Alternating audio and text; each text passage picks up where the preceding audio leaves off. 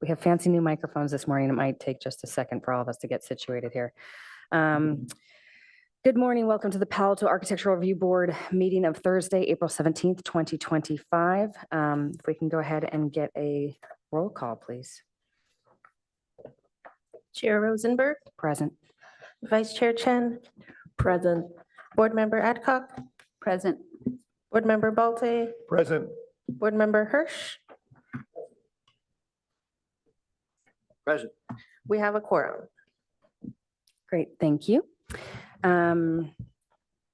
Next up is the time for public comment. Members of the public may speak to items not on the agenda. It would be 3 minutes per speaker. If you have something that you'd like to speak to that's agendized item, you'll have time to speak to that later. Do we have any public comments, comment cards, or raised hands on Zoom? I have no requests to speak. Perfect. Then we'll move on to agenda changes, additions, and deletions. No changes planned for today. Okay. We do have, unfortunately, there is a slight conflict and I do have a planned absence. So that's been noted or will be noted for June 5th. So I will be absent June 5th to my fellow board members. It is my daughter's 5th grade graduation, also in Palo Alto. So sorry, Palo Alto schedule, and I can't miss that. Okay, perfect. And then city official reports, we'll hand that over to Stephen. All right, well, good morning. Let me share my screen here.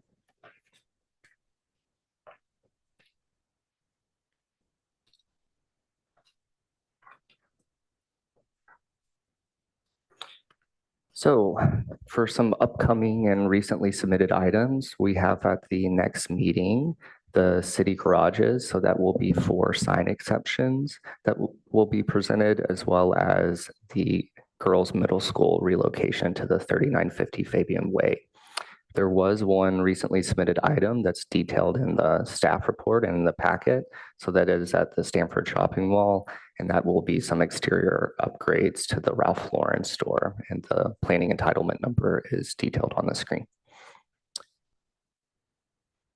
As noted by the chair, there will be an absence on the 5th meeting. So that's detailed on the screen here. And we have canceled that June 19th meeting as well. So if there are any other planned absences, feel free to direct that to either my attention or Veronica's.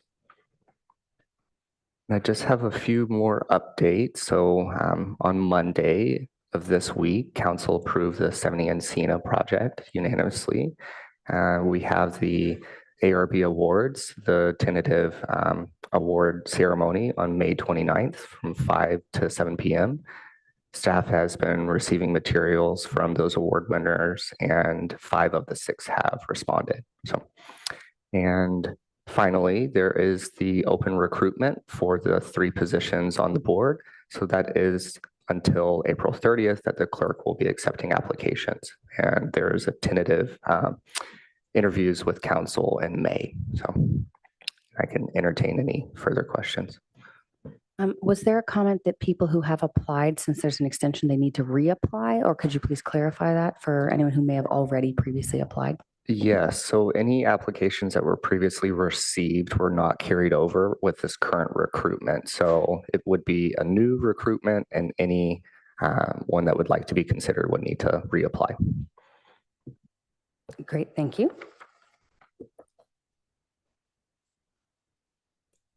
Anything else on that? Can I just add I just want to say thank you to the board members and vice chair for continuing to serve in this period, because it allows us to continue our important work at the city. So Thank you, appreciate that. I also was attending at the city council meeting for 70 Encina, and I'll speak to that at the end of the meeting during the board member questions, comments, and announcements. Okay. All right, then let's dive in. So right now we have a study session. So I'm going to read this out. Study session for 540 University Avenue, request for preliminary architectural review for the demolition of two existing buildings at 530 and 540 University Avenue and the construction of a new approximately 30,375 square foot, 3-story commercial building with ground floor retail uses and office, second and third floor level office spaces, and a private rooftop terrace for the users. Sequin project. Formal application will be subject to the California Environmental CEQA review. Recommendation is that the Architectural Review Board take the following action: review and provide informational comments. No formal action item is needed. I believe we have, I would still like to do disclosures, even though it's not anything there. So I'm going to ask if people have visited the site, if they have anything to disclose. We'll just start down the line. I did visit the site. No disclosure. Visited the site, no disclosures. I visited the site, but I have nothing else to disclose. Same, visited the site, yep. Great, thank you. And with that, I will hand it over. I do just want to introduce a new staff member here. Well, not new, but new to the board. So this is Christina Dukaviches, and she will be presenting this project. So this is her first time before the ARB. Thank you. Welcome, Christina. Take it away. Thank you. Good morning, everybody. Nice to meet you. My name is Christina Dobkevičius. I'm an associate planner with the city, and I'm here today to present this preliminary architectural review board project. So the subject application is a request for an early architectural review board project proposal to demolish two existing legal non-complying structures at 530 and 540 University and rebuild those two structures. The two sites are located on University Avenue, adjacent to the newly constructed 3-story commercial building on the corner at 500 University, across from the 14-story Palo Alto Office Center, and next to the 7-story Cowper Webster Public Garage at the back. The subject two properties are zoned as CDC-GFP in parentheses. It's a commercial downtown community with ground floor and pedestrian combining districts. The existing uses of the site include a variety of small retail-like personal services, and office uses. The applicant has proposed two potential options. One is that includes only 530 and 540 University to be combined together, merged together, both into one parcel. And the second option is to combine 530, 540, and 500 University through a certificate of compliance, which is also known as a lot line adjustment application. And this would be required as part of any formal application to have a lot merger application. So both options, option 1 and option 2, include demo of two existing commercial buildings at 530 and 540, and proposes to construct a new commercial building, which will have floor area of 321 and will be approximately 30,375 square feet in size. It's going to be 3 stories in height with retail and office spaces on the ground floor, office on the second and third floor, and the rooftop terrace for the office uses on top. The applicant intends to add approximately 7,799 square feet of the additional floor area using transferred development rights, TDRs. And the project site is an eligible receiver site for the TDRs. Just an information for you. There is no existing parking spaces on site, and there is no minimum parking requirements, given that the site is within half-a-mile walking distance from the major transit stop, in accordance with the Assembly Bill AB 2097. But the Transportation Demand Management Plan will be required as part of any formal application. The applicant is proposing to move existing non-complying floor area around in a manner that's not consistent with the code provisions. So you can see this dashed outline on the left-hand side that shows the existing building. And on the right-hand side, it shows that the same dashed line, just as a reference of how the existing looks like and what the proposal looks like in terms of allowable floor area as well as TDRs. And since it's the proposal is does not comply with the code section for the existing envelope, they're technically not supposed to exceed the existing envelope in order to do the proposal. A zoning code text amendment would be required to achieve the proposed design. The applicant also intends to utilize the code section that allows to add a rooftop open space.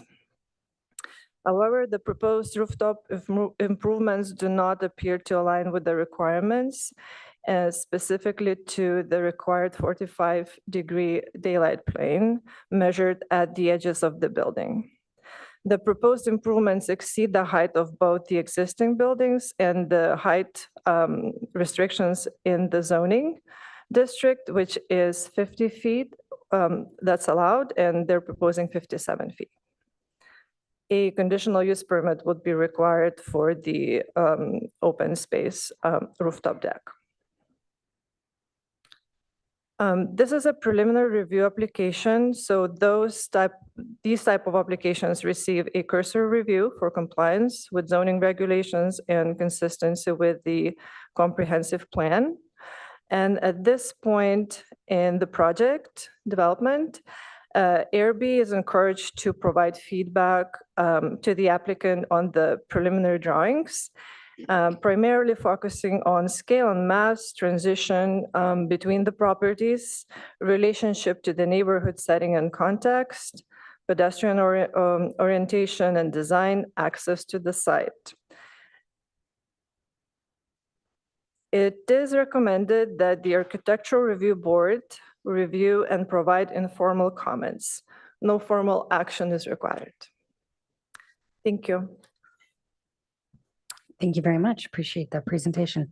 Does any ARB member have questions directly for staff at this time?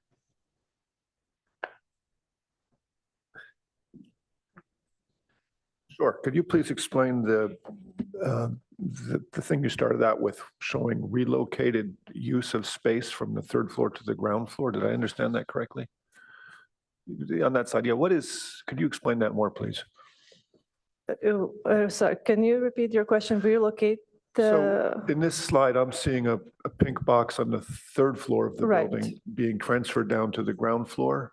And getting bigger. This is on the left-hand side, you see the second floor area, which is relocated to the ground floor. So that's the second floor. Okay. Yes, you can see there is that a solid, like a bold line with 0 and says first floor. So there is an existing basement for the existing structure. Okay, but the space on the second floor is FAR allowed floor area, or is this the It's office space? existing non-conforming floor area. Okay, and the ground floor why does it matter where the floor area is within the building though?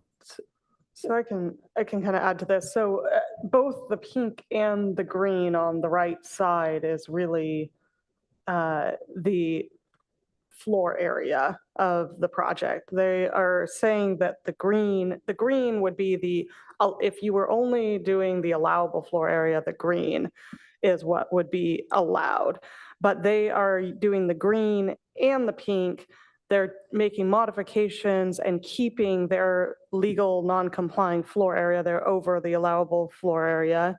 And they're modifying it in a way that includes increases in height to the building, where we have the shrink wrap rule for the downtown that says that you can move around that floor area as long as you're not changing the envelope of the building. with the non-TDR floor area, they are changing the envelope of the building. That you can see in the green that it goes beyond what is, the allowable floor area of the building. Now with TDRs, you're allowed to do that. So all the area in the beige is allowable floor area that can exceed that height and envelope. But that green and the pink would have to remain within that red line if they wanted to keep that as non-complying floor area. Okay, and then this is not related to the use of that floor area, whether it's retail or commercial, is that right? That is a separate issue, yes, completely separate issue of the uses of the building. Okay, so all of this is coming out of 1818-120, which is Yes. the code? Yeah. Okay, so I want to get into that later, but I just wanted to understand now. So this is regarding the structure, not the use of the structure, this diagram you Yes. just showed? Yes. Okay, well, thank you for answering that question. So actually, my question was related to the exact same thing. I still don't understand the hatched pink on the left. That is being removed, and that's not, I guess that's translated to some of the green. Is that correct? Yeah, it's a little interesting. The applicant was making a case that they were that they were building legal floor area in the green, and then their additional floor area that they were keeping was all within the allowable, but that's not how staff sees and our understanding of what council sees as staying within the envelope. If you have legal non-complying floor area, you are allowed to change that around, but you have to stay within the envelope of the building. So you can't call some of it complying floor area and exceed that envelope and then still keep your legal non-complying floor area. It's as a whole, it's either legal non-complying and you get to keep it and you stay within the envelope, or you don't. And you can, so if all that green area that was exceeding the red was all being done through TDRs, you could do that without a code amendment. But obviously TDRs are very expensive. And so they're trying to kind of limit how much is being done through TDRs. I want to jump in here really quick, if that's okay. Do you have numbers for each of these? Like, do you have numbers for the pink, numbers for the green, and numbers for the TDRs? So the numbers are, if you open the plan set drawing, the numbers are on sheet number, M32? 3.1, yeah. 3.1. on page 10.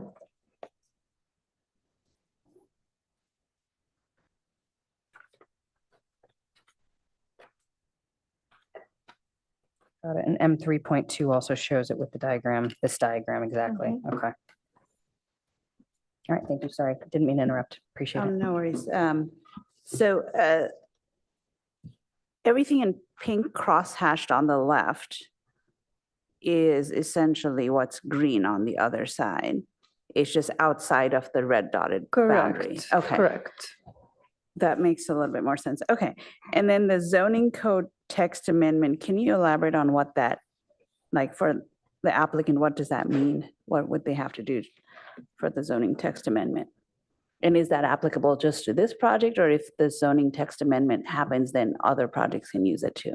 Right. So the text amendment has just been filed. They did file it completely separate from this project. There have been a number of projects just generally in the downtown area that have been interested in potentially changing this section of the code. It would be an amendment to 1818-120 to allow for floor area to be moved around in a different way, as long as it remains under the height of the zoning 50 foot. district, basically. So it gives a little bit more flexibility on exceeding that envelope and moving things around.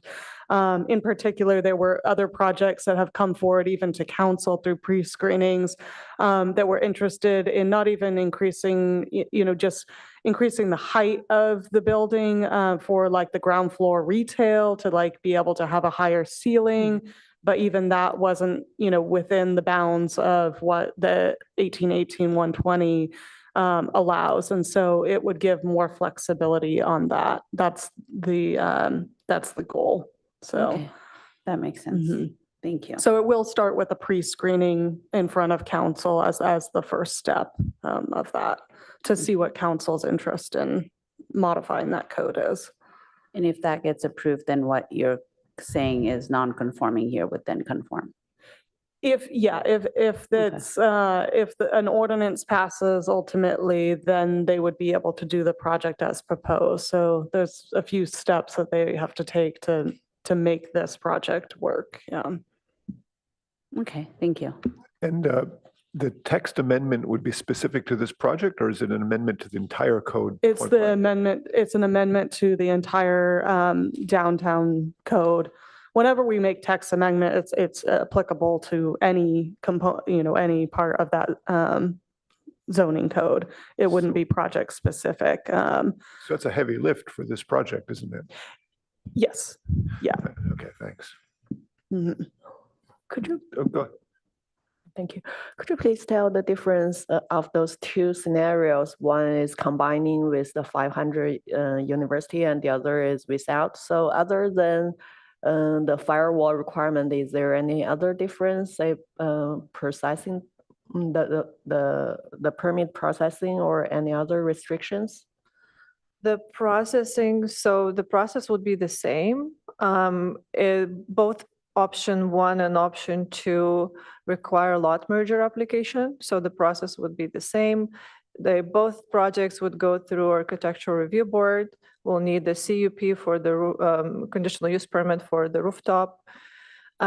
Text amendment, the only difference you see, and it's a substantial visual aspect, which the top image is in case they decide to only merge 530 and 540. So you see that wall, the western wall between the building at 500 and 530 University is a blank wall.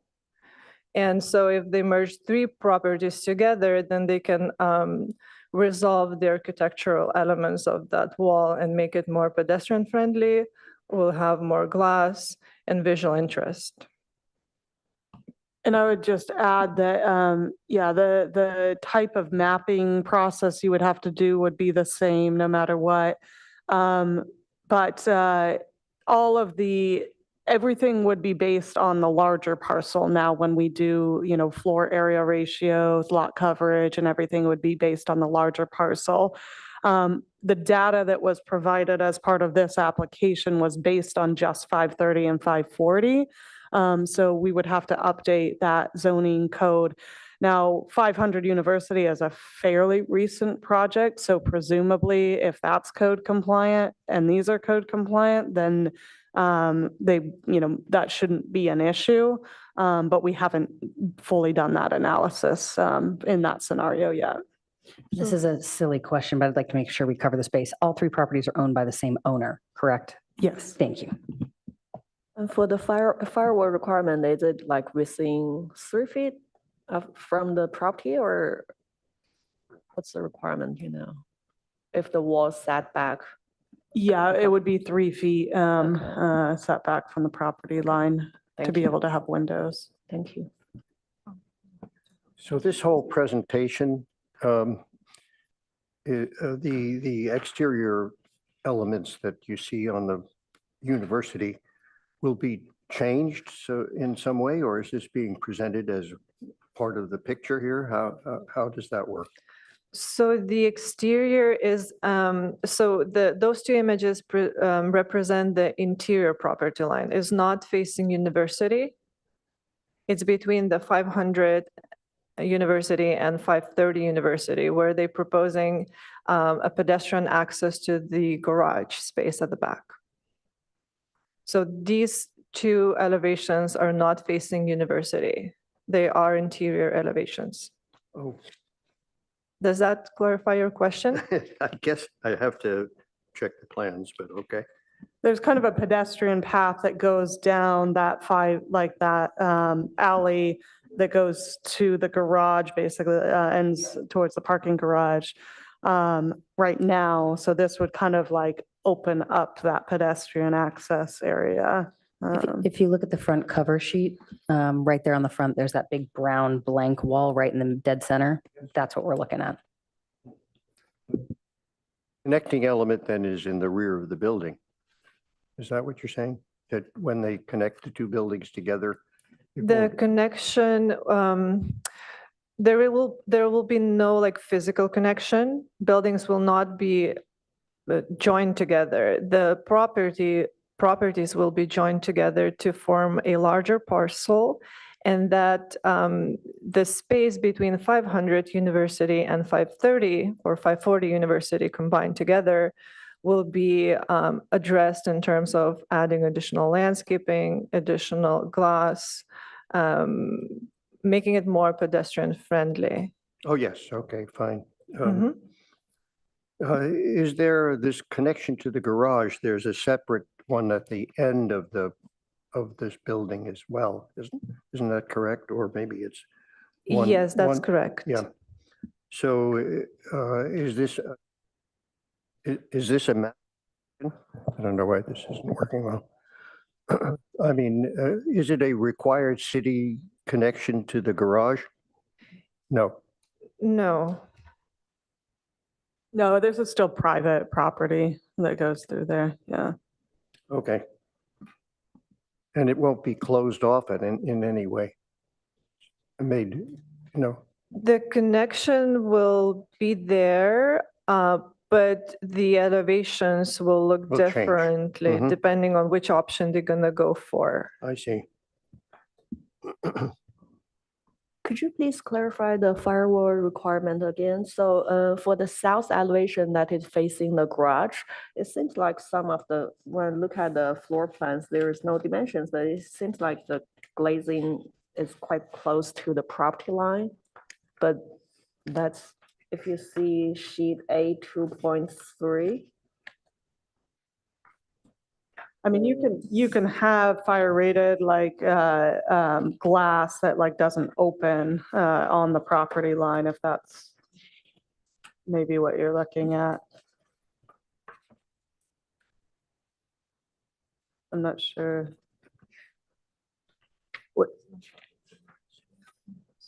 For any sections, it's just hard to tell the distance from the rear elevation to the property line. And we may have the applicant speak to that when it's their turn as well. So that's Yeah. also a question we might be able to defer for them. Mhm.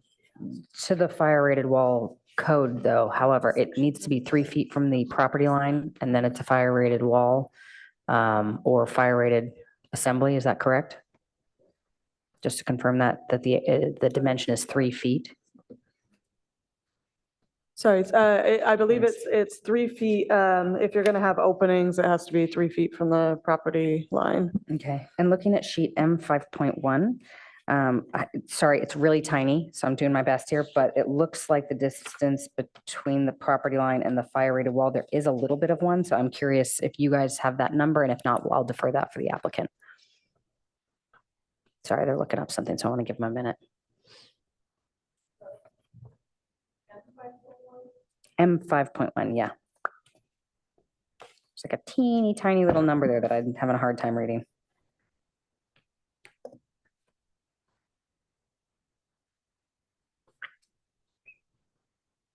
Sorry, can you restate your question? Not a problem. On M 5.1, on the number 2 east-west section, there's a tiny, like the existing property line bubble, grid line number 1 bubble, and there's a tiny dimension in there that's sort of showing something of a setback. So it looks like there's a little bit of a setback from that fire rated wall to property line. Yeah, I think there is. Yeah. Okay, well, I'll defer that for the applicant. That's fine. I'll wait Yeah. until they get a chance to give their presentation. We'll ask them then. All right. Does anyone else have code amendment questions? Well, I have Please, two go items ahead. I'd like to be sure we drive into, but maybe not at this moment. I'd like to discuss more the pedestrian alley. And then I would like to understand why we can't have, or what the restrictions would be for residential uses on this property. But I think both of those are best deferred till after the applicant speaks.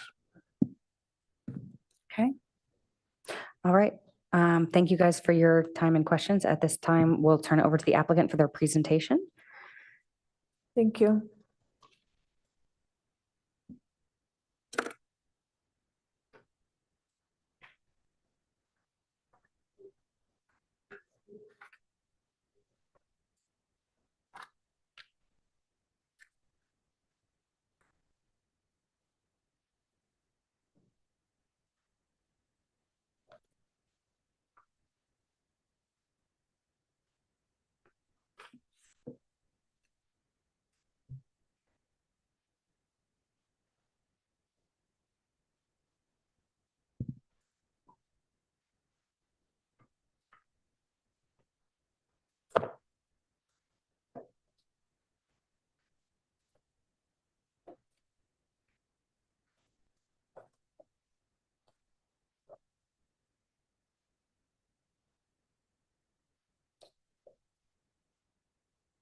bear waiting with for- us while we get the Yeah. presentation up. Thank you. Yeah, not a problem. A little bit of patience here. Technology is our friend this morning.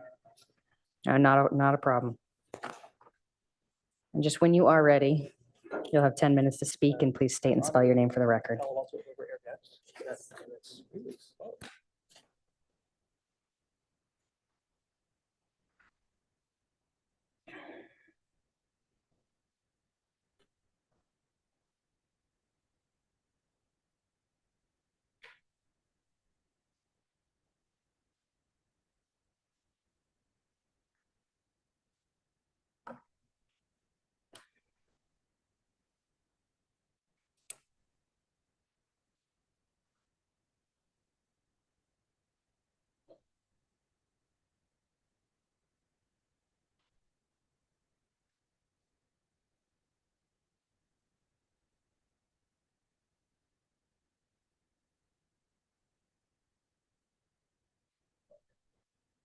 And again, to any of the public chiming in, we're just waiting for the presentation to get put up on the board.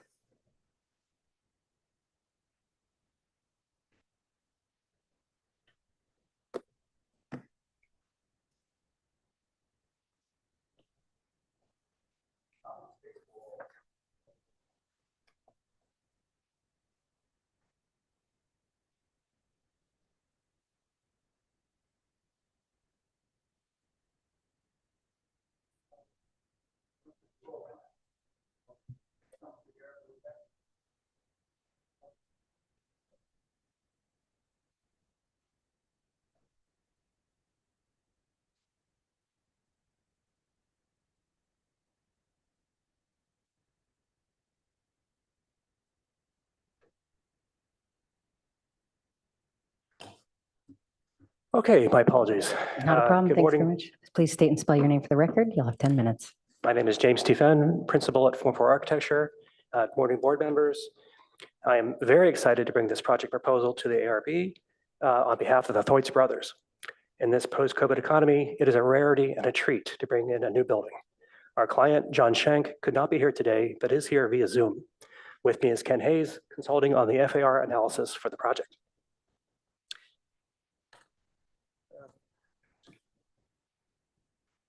Pardon me, having technical difficulties again. It's not letting me expand my screen. It's very awkward.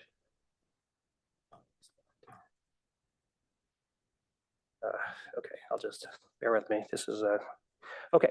So 11 years ago, we received ARB approval of our design at 500 University, which is directly west of our project site. The Theuts brothers would like to remove the two existing buildings at 530 and 540 University, and then combine their lots together to build a companion building, one similar in size and architectural design like the 500 University design. This is an excerpt from our subcommittee meeting from many years ago, which shows the strong design elements that we intend to embrace. A dynamic articulated street facade, sculptural tree-like brackets, and a recessed ground level retail arcade. This is a view down showing the building's roof deck and a mechanical roof screen. Here you can see the existing street view and site location. 500 University is at the corner of Cowper, and the public parking garage is behind our proposed lot on the south side. Views are shown along the walkway next to the parking garage.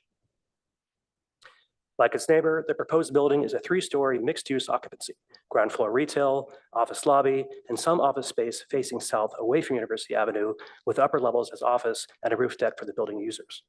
At the ground floor, you can see how the core is arranged. Shown dashed is the retail canopy along University Avenue. Typical upper level floor plan, you can see the balconies recessed and the landscaped roof deck up above. The existing breezeway connection to the University Avenue to the public parking garage is to be enhanced, activated by retail and office uses, along with the new seating and potential public art. We are showing tall trees on the south side, in part to help screen the view looking towards the parking garage. Since the existing 500 University trash building is currently serving the 530 and 540 University buildings, we are not providing a new trash enclosure since there's simply no room to put it in without blocking access to the parking garage. Instead, enhanced trash removal service will be provided. Site circulation remains the same, and since the new building will not have a parking garage, It's because it's not required being within a half mile to public transportation, which is Caltrain. The proposed building height is in character with its neighbor, along with the same floor-to-floor heights. However, as part of the companion building's enhanced architecture, we are proposing trellised shading canopies along University Avenue and the breezeway sides of the building. The roof deck itself is a strong amenity designed to attract people to want to go back to the office and in return help restore vitality to the city's downtown. We feel roof decks are very important in buildings these days because of the relaxing environment that it provides. The building canopies do exceed the building's height limit, but they strongly add to the building's character and street presence. Like the trellises at 500 University, they provide solar protection above the height limit, but are now integrated with and celebrating the tree-like bracketed columns in common with its neighbor. This is a view looking east, showing the retail activity and its street presence. This is a view from the back. The parking garage is behind you. You're looking at the breezeway and entrance into the rear office. The main facade has 3 bay windows, like 500 University's Copper Street side. Flanking each bay window are columns rising up and supporting the canopies above, providing an aspirational loggia-like space. Here is an additional view looking east this is an additional view looking towards the building entrance, which we've located on the corner with a long curving retail canopy drawing people into the lobby and into the breezeway. The western facade is shown blank, for the intention is to remove the property line between the 500 University site and the combined new project lot to avoid a fire-rated facade. This will allow for a matching elevation with 500 University and create an urban campus aesthetic. In this rendering, the existing 500 University building is removed from view for clarity. And I'd like to clarify, we're not proposing options. We're proposing steps to get to the intended desire, which is to have the articulated transparent facade as you see at the top of the page.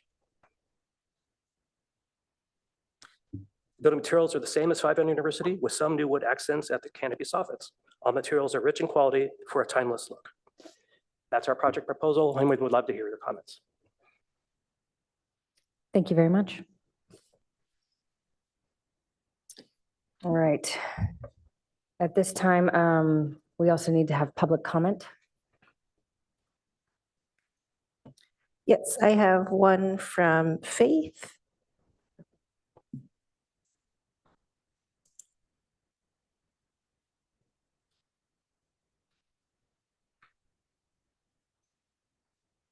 And to the applicant, you may be seated. You'll actually have time for a rebuttal post public comment should you need it.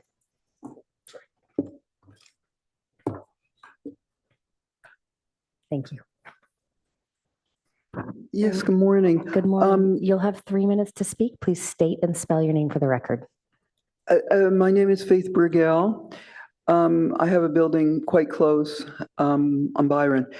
And I have one question, and I want to apologize in case the gentleman mentioned it. I had a little trouble hearing. I'm wondering if I would like comments about parking.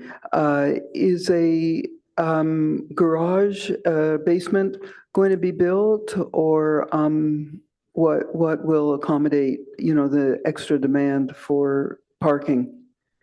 That's it. Thanks a lot. Sure thing. I'm going to hand, that's a comment that staff can answer at some point in a moment. We typically, with public comments, we don't answer the questions. We just, hear what you have to say. And actually, the applicant may speak to that as well during their rebuttal. Thank you very much. Do we have any other public comments or speaker cards? Yes. Or no, John Schenk is an attendee, but He's the owner, I he's believe. yeah. So Oh, no, good just morning. one. Good morning to John Shank. Thanks for joining us. On that note, per Faith's comment, if that's the only comment, then we will close this time for public speakers. To the applicant, you can come back up to the podium, and if you'd like to address the comment, you have, I believe it's a 3-minute rebuttal time. Oh, are you making a public comment as well? You need to have a public speaker card into them. So give us just one moment to get this sorted.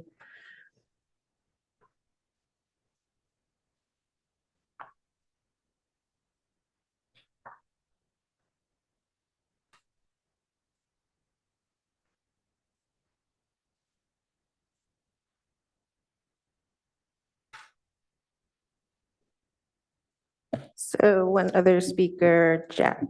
All right, good morning. You'll have 3 minutes to speak. Please state and spell your name for the record.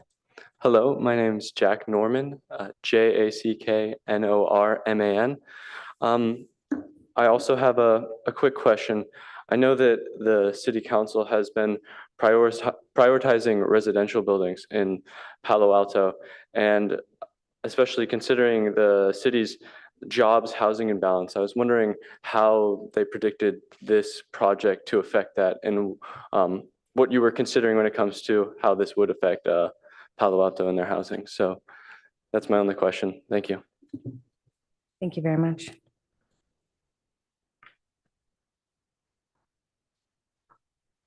Are there any other public speaker cards?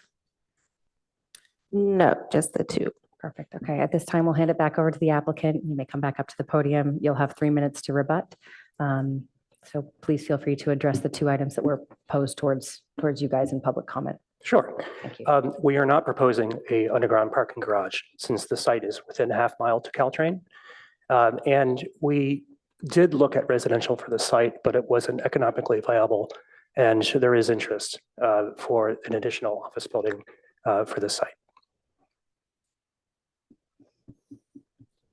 Great. Thank you very much. If you'll remain at the podium for just a moment, I think we will probably have some questions for you, so I appreciate that. All right, I'll hand it back over to the board. Who would like to kick us off with questions for either the applicant or for staff? Go ahead. I always have questions. Thank you for your presentation. The question is regarding, this may be staff or applicant question. If I understand you mentioned that, this kind of steps to the process that your initial plan, the drawings that shows the solid wall is your initial step. And if once you're able to join the properties, you would have more of a glazing. So I'm a little confused about that, given that the project, if the property line remains, then you're not really allowed to exit onto the adjacent property, right? You have a door off of the lobby towards the adjacent property, which would be allowed if it's part of one adjoined property, but not if it's two properties. So maybe a staff question, are you reviewing this project as if it's all combined or as if it's not combined? Because it's the same property owner, they could put some sort of easement or something if they wanted to on that area that would allow them to exit out. But yes, otherwise they wouldn't be allowed to have any sort of door exited out. When we looked at it, we were provided, it was a little bit awkward because we do have all of the data and information as for 530 and 540 University alone. But we do have this 500 University option of potentially combining it. So we were kind of trying to look at both options, but because it's a preliminary review, we didn't dig into all of the details of those components. Yeah. And on the south side towards the garage, the drawing's noted as public way. So that's truly a public way. All these buildings can exit out to that, correct? Okay. So another question for applicant, kind of related to my trying to wrap my head around this, three property as one, and to have all of that glazing in the option that it's combined, you would either, because I can't see a dimension on the drawings for the distance between the two properties. Are you considering, in terms of obviously the firewall in terms of property line, but if there's no property line, then your obligation ends up being where's the imaginary property line and therefore how much openings that you're going to have. Have you already analyzed that, and all of this is okay as if it's like one construction type and all that good stuff? Yes, we have. And when we come back for the formal application, we'll show all the diagrams and calculations. But essentially, once the property line is removed, we'll show that we can build both buildings on the same lot and meet the building code requirement for maximum building area and setbacks. And if I can address the south property line side to the garage.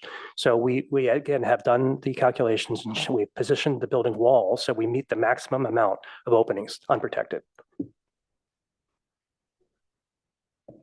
Kind of following up on the question of fireproofing the alleyway wall. Have you explored the possibility of sprinklers as a means of fireproofing the openings that you have in that wall? No, but again, since our intent is to remove the property line, we showed that blank wall intentionally as just a step.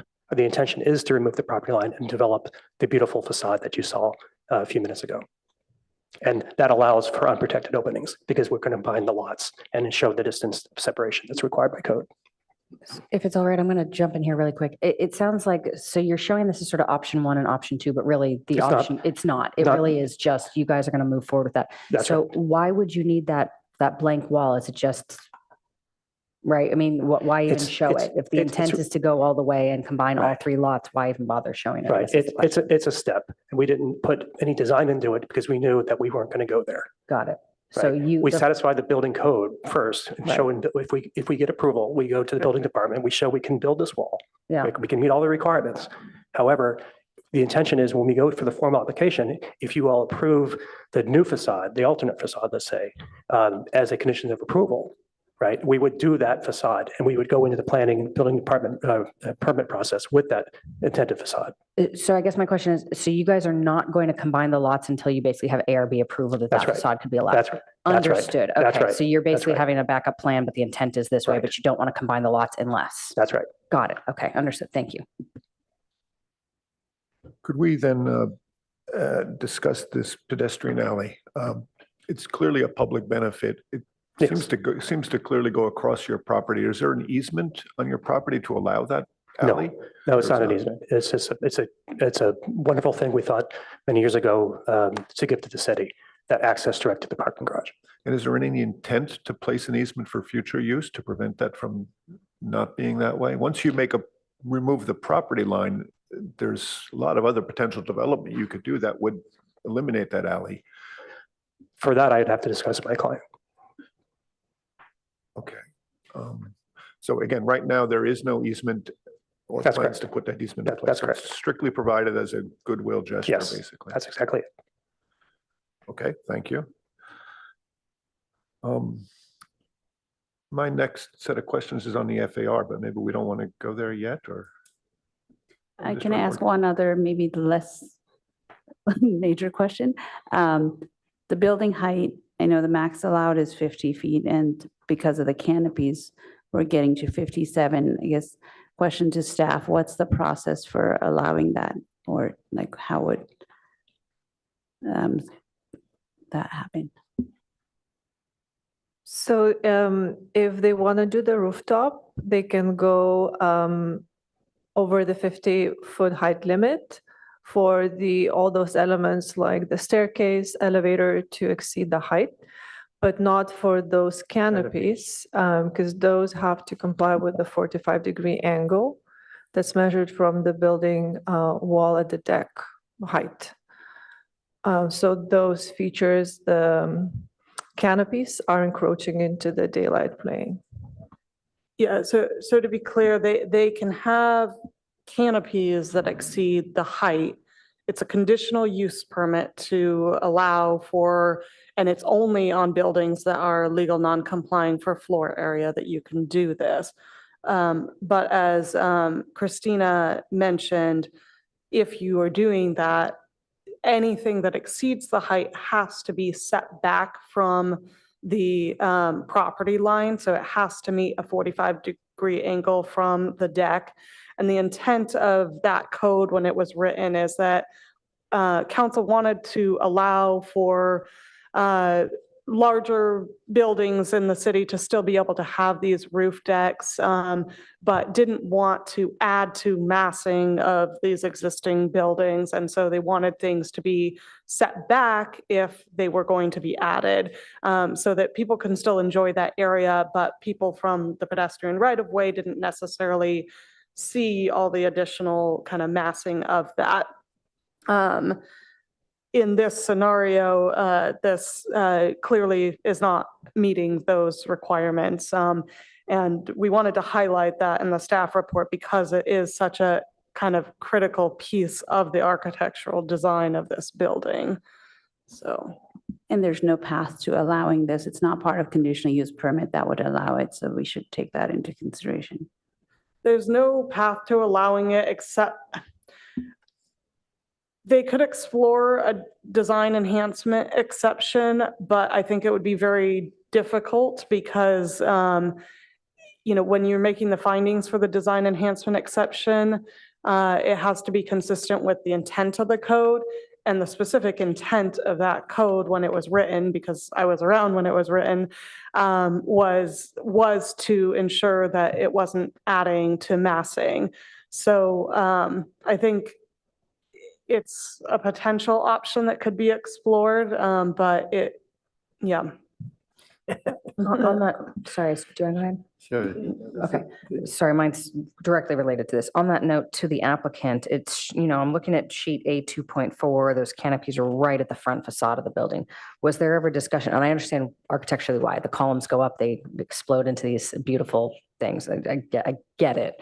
The question is, was there ever consideration to pull those back instead of being between grid lines A and B to be between grid lines B and C, so just pulling them back from the front facade? We did look at that.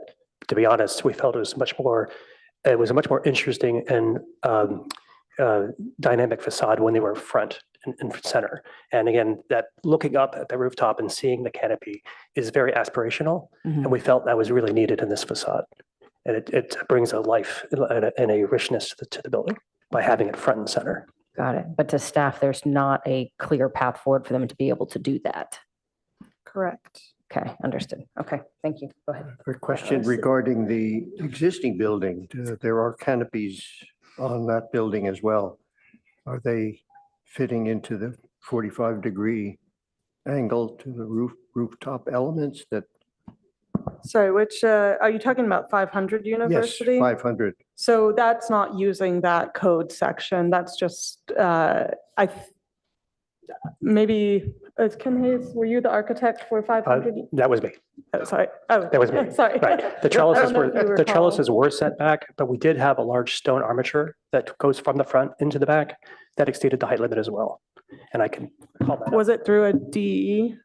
Do you recall? That is correct. Okay, so it was through a DE process that they did it on 500 University, but it is separate from, I think it, it was separate from the conditional use permit conditions under 1818-060E, which is what they were proposing under this. So you would use a DE procedure on the newer canopies as well, if it were to be considered? Possibly, yes, but it's unclear if we can have findings to approve it. Understand. Findings meaning findings that we would suggest or not?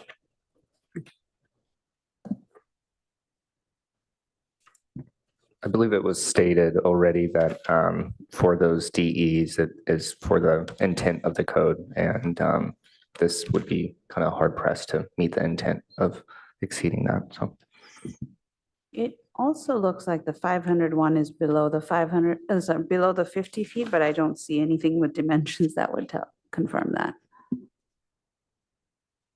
So here's the axon of 500 University. You can see the armature rising up and going back across the roof deck, and the trellises were set in.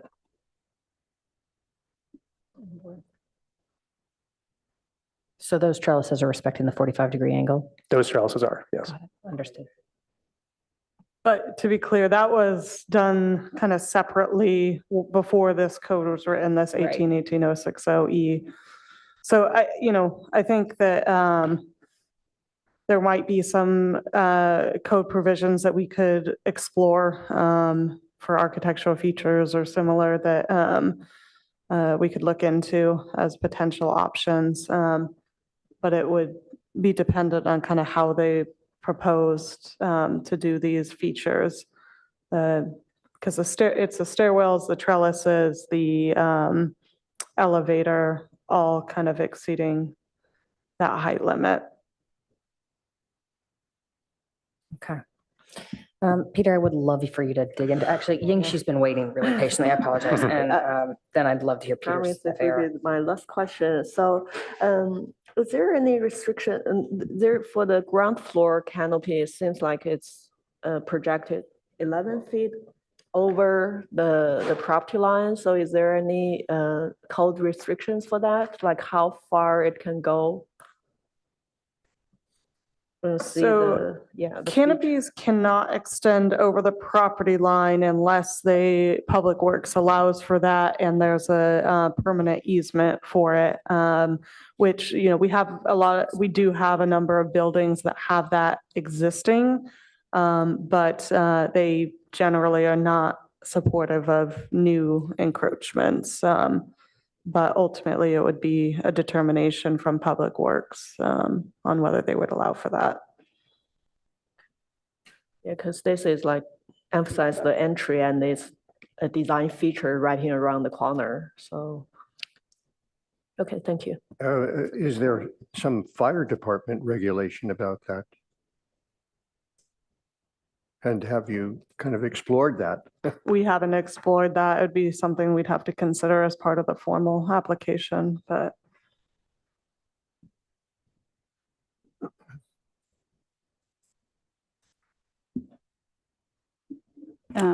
Sorry, just another follow-up on that one. So it looks like the front entry canopy on the first floor exceeds that property line, but also the tree canopies on the rooftop also projects past the property line, although I don't see a dimension.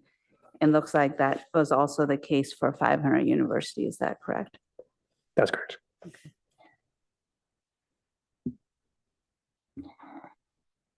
If the chair will indulge me, I'd love to ask the applicant's consultant to come up. I'd like to hear Architect Hayes' discussion of the FAR exemptions requested. Please go ahead. To my colleagues, just to be sure we all understand this, the code section 1818.120 in part addresses the question of grandfathering uses and facilities.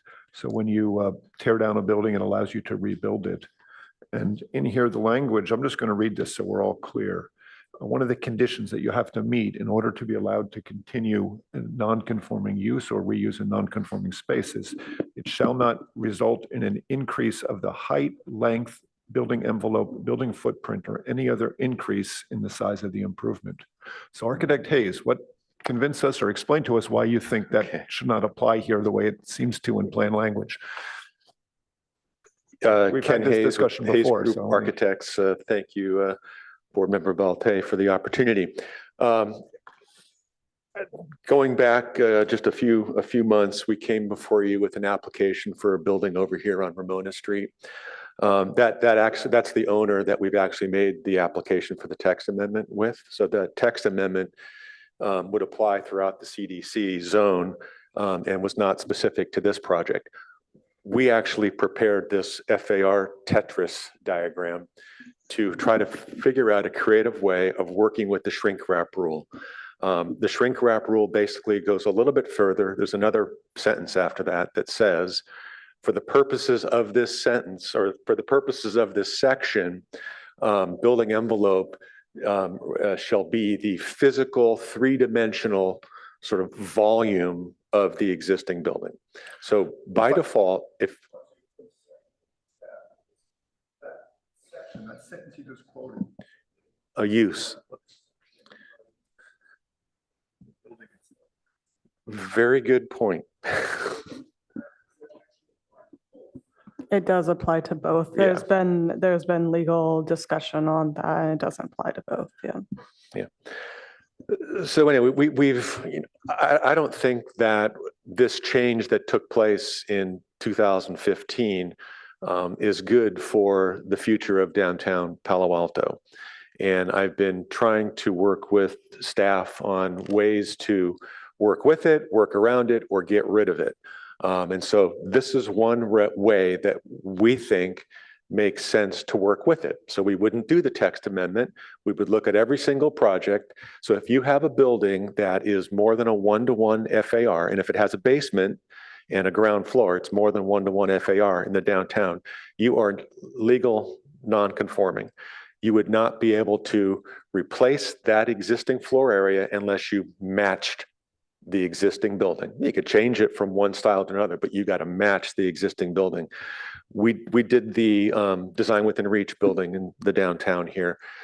I think that's the only building that's been built with this new provision, right? And we were actually required to reduce the parapet by 4 inches at the front because it was 4 inches higher than what the original building had been. Anyway, so this has a lot of implications. How is somebody going to entertain the idea to put housing on, and we're not proposing housing here, but somebody else might in the downtown. They want to put housing on their building.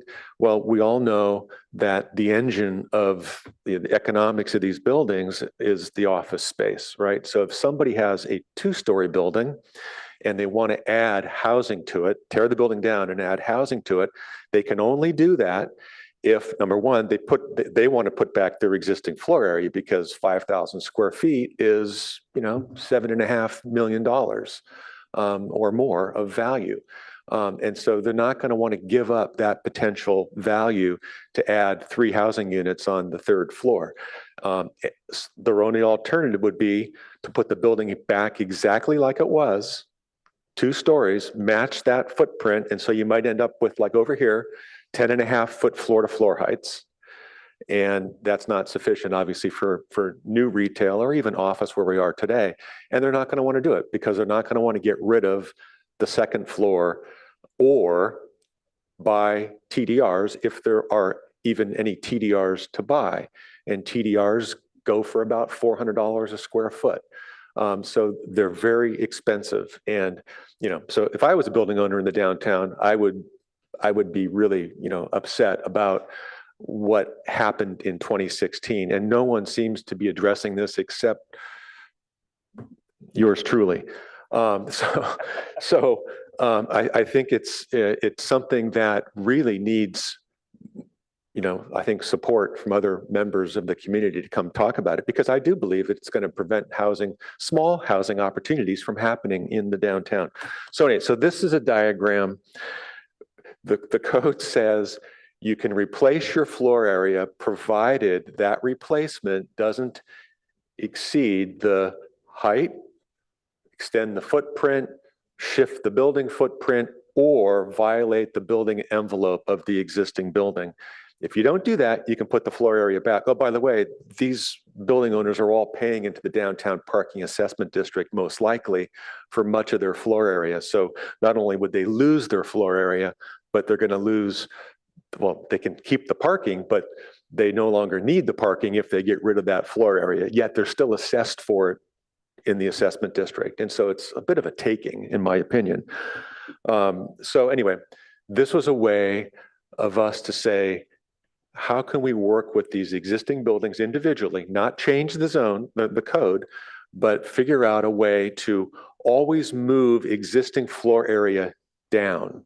So you're not exceeding the height and you're not exceeding the building, let's say footprint, all right? Now you may be changing the footprint, but if you change the footprint, you can only change the footprint with TDR floor area or existing entitled 1-to-1 floor area.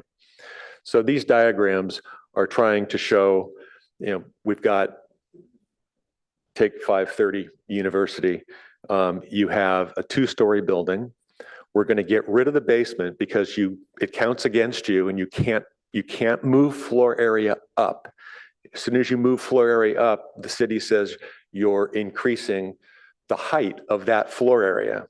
All right, even though, so you can't do that. The ground floor area, we're saying we're going to sacrifice that. That goes away because we want to move existing 2nd floor area down to the 1st floor. And if that's not enough floor area to fill up the 1st floor, we're then going to put our entitled 1-to-1 FAR that we're allowed, that could be anywhere on the property and it could be 50 feet high. We're going to fill in the rest of the ground floor, which is green, with the 1-to-1 FAR. And then any 1-to-1 FAR that is left over from that fill in would then be able to move to an upper floor in the new building, because we could, if we wanted to, build a 4-story building with a 1-to-1 FAR on the site. So we're just saying we're going to take that balance and move it up to the 2nd floor. In this particular building, now we're out of floor area. We took existing down. We used the 1-to-1 to fill in the rest.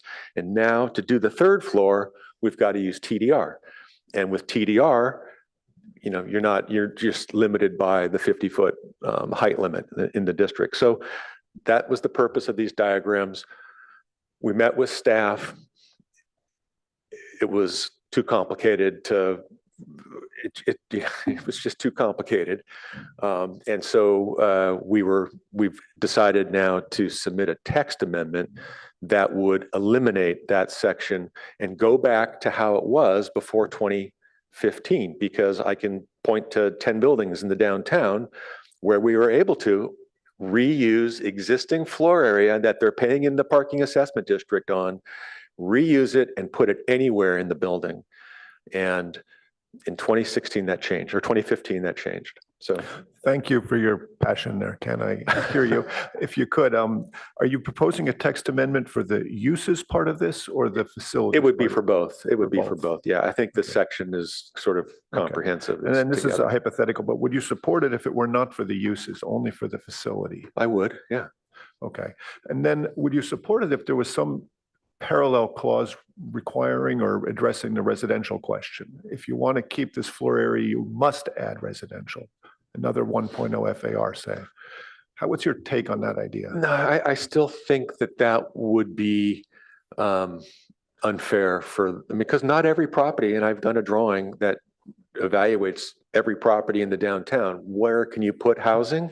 And many of them you can't. They're locked unless there's some forgiveness on some aspect of the redevelopment. But I think that, okay, I know we want housing, but there's other ways to get housing. I'm sure Chair Rosenberg is chafing because we've been going on so long on this. Yeah, sorry. But it does seem to me that you're going to have to give a little bit to get this through. And I suggest that you consider strongly finding a way to work housing into part of it. So, okay, thank you. My other question had to do with housing with the applicant when they said it's not financially feasible. If you were allowed to go above 50 feet, would it be financially feasible? I don't believe so. Yeah, I didn't hear. I do not believe so. You do not believe so. Okay, well, thank you for answering the question. Those are my questions, Board Chair. All right, thank you very much. Why would you suggest that housing is required here? I think housing is required almost everywhere in Palo Alto right now. And I don't see why you wouldn't want to encourage housing on high levels along University Avenue. I see the sense of it when you can really build a housing building, but when you're really inserting just a few units within a much larger commercial structure, it doesn't seem like it's a reasonable usage for me. To the chair, is this what you want us to be discussing now? I would like to make sure that the applicant has questions directed at them for the moment. And then I absolutely want to circle back to this in our internal discussion, if that's all right. But let's make sure that while the applicant's on his feet, that we are addressing our comments and questions towards him. I have a purely hypothetical on this vein. If you didn't have to spend the money on the TDRs, but you were allowed to have the same space, however, at least one floor was required for housing, right? You're saying that the TDR is about $400 a square foot. And again, I'm not asking you to make calculations on the fly here, but if you could have an entire floor level free instead of having to pay $400 a square foot for these TDRs, would that potentially balance out a bit better for the applicant? It certainly would need to be studied. Yeah. If you were to add in residential, let's say a floor or two, then you need a separate lobby.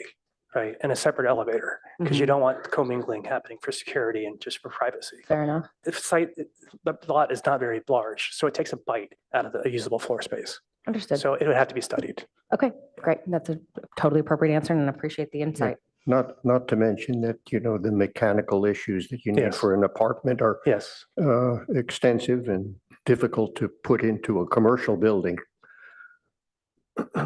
Okay. Ventilation, between et cetera. uses. There's all kinds of things that comes up when you do understood, mixed uses. Were you asking that in relation to also allowing increase in height? Yeah, the entire state, and Palo Alto specifically, has pretty significant demands for housing. And so finding ways that could creatively encourage people, like, as you said, where we've, and as Mr. Hayes said, there's some discouragement actually here to getting some housing. So just sort of brainstorming on the fly a little bit here. But again, back to the applicant who is politely standing at the podium. I want to make sure we get all of our questions out to him. So I do appreciate that. And I also appreciate that there's the public comment regarding housing. So we'll probably have a bit more of a discussion on that as well as we get into our internal comments. I did have a comment, a question in regards to the rooftop terrace. So the railings are all going to be set on the foreground as well, correct? That front facade? That's correct. That's correct. And then the planters are sort of set in the backside. I don't know if we've got that roof plan I was looking at before. Keep going, keep going, keep going. There we go, perfect. So looking at this, so you've got all of your interior structures. Those are all respecting the 45-degree setback. You've got a nice large lawn on what I believe is the south side of the building. That's correct. Okay. And then you also have a side trellis here. Could you explain to me a little bit what's the purpose of that side trellis? Because that I believe is also. We felt it enhanced the experience of that breezeway.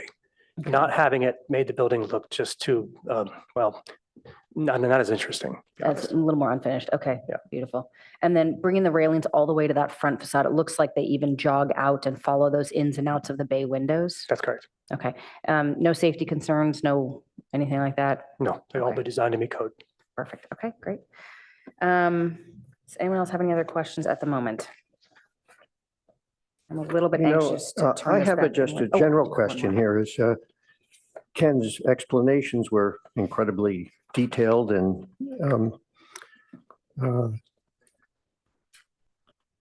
explaining these sort of things to the council is always a difficult issue.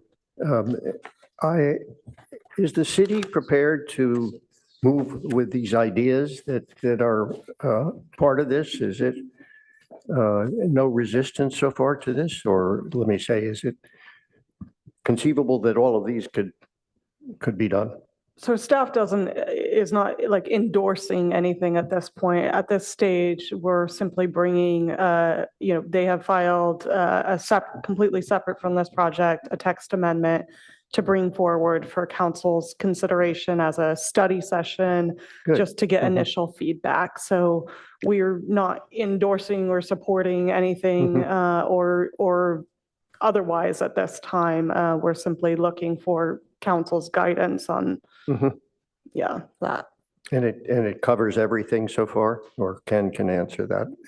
Everything will be part of this process with the council for an amendment. The pre-screening with council would be to gauge their interest in whether they want to make modifications to this section of the code to provide more flexibility.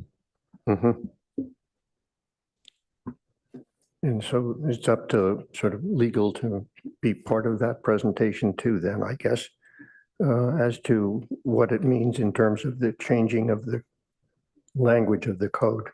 I mean, at this time, staff would just bring forward what the applicant is presenting to simply consider, and council would give interest. Do we have any interest in changing the code? If we did have an interest, what are some considerations to think about in how you would write that code section? What's a typical timeline for that kind of like code amendment approval? So it requires a pre-screening with council. It was just filed, and unfortunately, all of our council is booked out before their break. So it won't go to council until after their July break. But once you do the pre-screening application, they can file a formal application. It will go to the planning commission, and then it would go to council. That,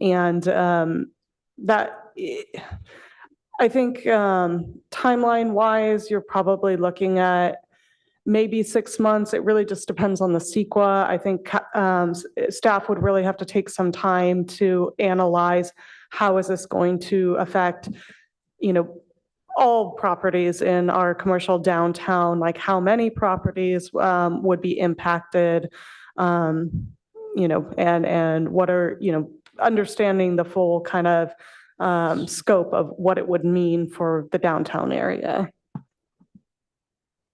Ken, you want to say something? Yeah, so we actually, as part of the project across the street on Ramona in 2022, had a pre-screening to talk specifically about this.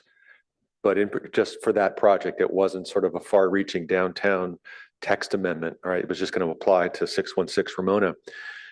It's interesting because when council changed they added some language to 1818-120. When they did that in late 2015, early 2016, there was no analysis or study or any comprehensive impact that CEQA would be concerned about. It just happened at a council meeting, and then they had a second reading and it was over.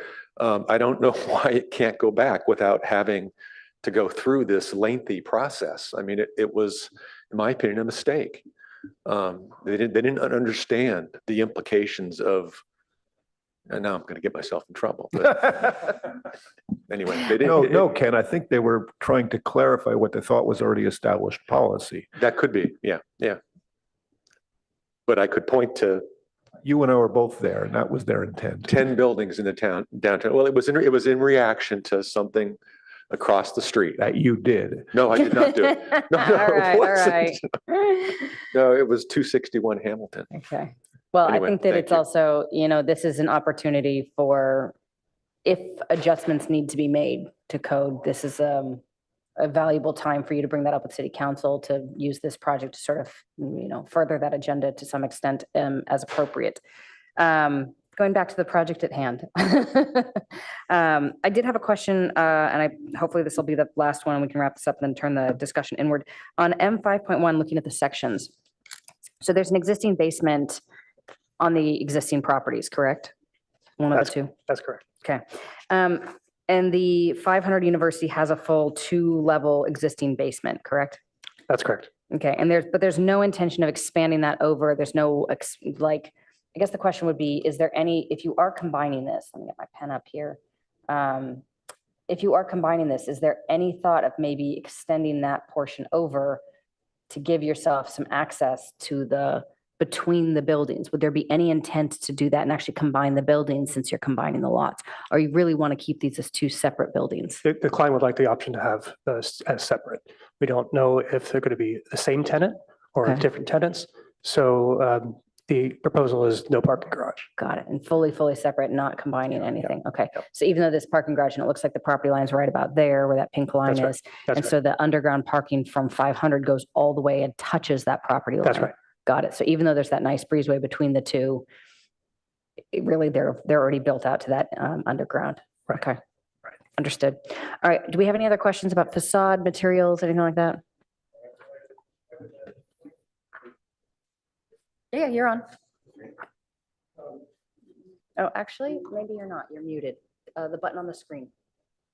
A little technical difficulty on the actual screen. See how it says mute? Yeah, there you go. There you go. You're on. Okay. We haven't talked aesthetics at all here. It's been all detailed and zoning but you have a very bold kind of addition to your ideas from the first building to this building. Do you have any reservations about the fact that you're making sort of a major aesthetic change with the canopies on this building versus a kind of what having watched the first building go up, I said, well, that's pretty dramatic. Some of the steel pieces and the elements on the front of the building being lifted as one piece. So, but now this one is even bolder in some way. My first thought was wouldn't it have been nice if it were the corner building rather than this building, this particular addition, Do you have any thoughts about that you'd like to express the reasoning? We definitely believe that this building should be a cousin to the first building. They need to relate to each other, speak the same architecture, but not be the same. More of the same is really not good for the city. You need to have growth. Architecture needs to evolve. We wanted to have this strong facade with these canopies because we felt simply it was a more exciting building, and it added to the street presence. When you look up and you can see the garden, you see people walking around, it just brings more vitality to the street, we believe. We know this is an ask to go above the height restriction, but we think it's needed. The 50-foot height limit is, in our opinion, kind of tired. And this just elevates it. It makes it this a much more interesting building, and I think it will be a lovely gift to the city. Okay.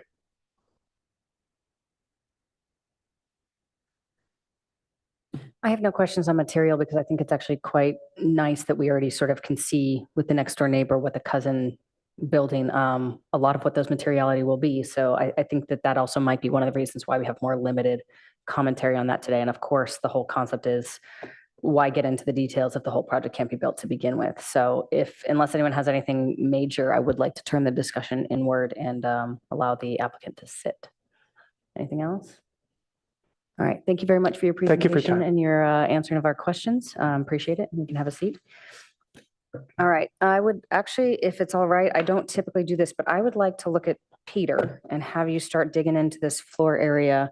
Your thoughts on that, if you're ready for that. I don't mean to put you on the spot here, but I think that's sort of the most pressing I item. was hoping we could sort of wrap up with that. I was ready to jump into the Okay. building design, but you're the chair, whatever you want to do. Well, I'm one of those people, I don't like to put the cart before the horse. And I think that I've got a lot of thoughts on the building itself in terms of its aesthetics and things like that, but if it can't be built, and none of this matters. So I really sort of think the It's not really our fundamentals. purview, and we're just giving advice to, I think what it's going to come down to is a council hearing where architect cases, arguments will have to be weighed and decided upon. And I think that issue goes beyond this project, honestly. It's a whole downtown issue. And I'd love to Yeah. chime in on that, but that really isn't what the applicant is here for right now. Fair enough. Okay. Okay. So I do want to talk about that more, and I do want to talk about it in light of potential housing on this site. Both Yeah. of those are important, Okay. but I'm ready to jump into the building design, and I have some comments on that. Perfect. if Okay, you're ready for that. then on that note, what I'll say here is I would like to announce that we will be discussing the building as presented, but again, with no way, shape, or form are we able to say whether this is actually feasible to be built. So just keeping that in mind, if you guys pass those hurdles and if you guys get these code amendments that you're looking for, these would be our thoughts on it. Fair enough? Okay. All right. I'll dive in then if we're going with some aesthetics, things like that. I actually find this to be a very interesting building. I like it very much. I do feel there's a lot of glass on that front facade, and especially with the cousin building that's a little bit more balanced with its use of stone versus glass.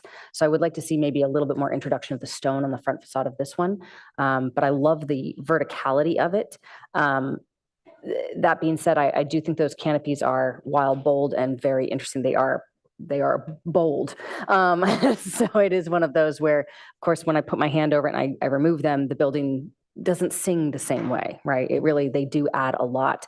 However, I'm having a hard time understanding why they can't be pushed back, things like that. So that might be an analysis that you could provide at the next round to explain that a little bit better. I'm going to need a little bit more backup to understand why we should allow that permission of breaking the 45-degree angle, because right now I have your intent and your design, but I don't understand why it couldn't be the other way. So on that note, I think those are quite nice. I think the interior layout looks great. I think that your intent for the alleyway is really something special. I love having those really beautiful alleyways. I think that they create nooks and crannies in the downtown area that people find their space, they find their places they want to be. And I think this is absolutely creating a really nice junction between the two buildings and a really nice flow into that and to the back of that pedestrian alleyway that's dating myself here. It's where the California Pizza Kitchen used to be. So it really sort of flows to that back area quite nicely and really creates a really dynamic ground level in that space. So very pleased with that. I also am a big fan of the arcade style when it comes to retail on the ground level. That's something we don't really discuss a lot because most of the time people want to build to the property line, get that, full footprint as much as possible. Understandable. When you have that recess back and you have that moment of shade and that moment of entry before you actually enter the space, I really find that to be a much more comfortable way to process through. People aren't rushing in and out and colliding into each other with their shopping bags. So really hats off for that type of design. I really am a big fan of that and fully support it. That's pretty much my comments for the moment. I think that not understanding that this big blank wall was never truly the intent gives me a pretty profound sense of relief. I kept looking at it being like, marking this up, how to big X's through it, being like, no, right? So understanding that the glazing is the intent and that the true intent is to really combine all three properties and that there should be no hurdle with that, if I understand correctly. You know, all other things on the side. I think that it'll be a really interesting project and well done. Thank you.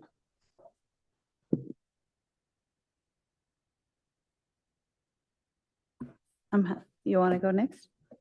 Go for it. Just looking to the chair, what do you want? Sure, so I'm happy to discuss the design of the building. I usually work my way through a series where I talk about the site plan first. I think this is very good site planning. The fact that they've preserved and enhanced that pedestrian alley is critical. And it's a real great opportunity to have retail firmly established along the entire length of the alley. I think it's also good that they've set back from the parking garage. If you go back there, the parking area has a landscaped buffer on all sides from the commercial buildings, and it's a lovely space. And it really is good that they're preserving that buffer zone, and we should applaud them for that. That's not something they have to do, and it's wonderful to have.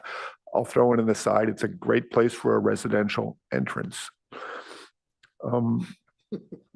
I think you need to reconfigure your floor plan to allow real retail, deep retail spaces off a university rather than closing it off. There's alternative ways you could lay that out that make the retail look much more convincing than it is right now. So my biggest issue is really going to be regarding the building massing. And on that account, when I look at this building, it just seems to be too much higher than 500 University. And I want so badly to see some additional horizontal element that relates to the strong horizontal cap on 500 University. And here it's too tall, probably because your plate heights are a little bit too tall, and you have a very large parapet at the top because you want the roof deck to come all the way to the street. All of those things run against the intent of our roof deck code, which wants you to push it back. But whatever you do, I think you need to get a horizontal element that somehow relates to 500 University at closer to that elevation. I think that's really essential to make this tie together. I'll keep reading my notes here. It would help on your renderings if you showed the plants and the detail on top of 500 University more accurately. Right now, it doesn't quite show the way it is. And that will, again, reinforce what I'm saying. I believe that you need to make that stronger connection.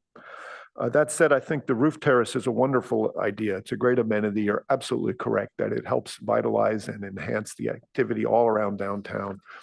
Just the new roof deck up on the Presidential Hotel is already, there's a buzz on the sidewalk about that being up there, even if you can't see it. There's something about it that really helps. It's a great urban amenity.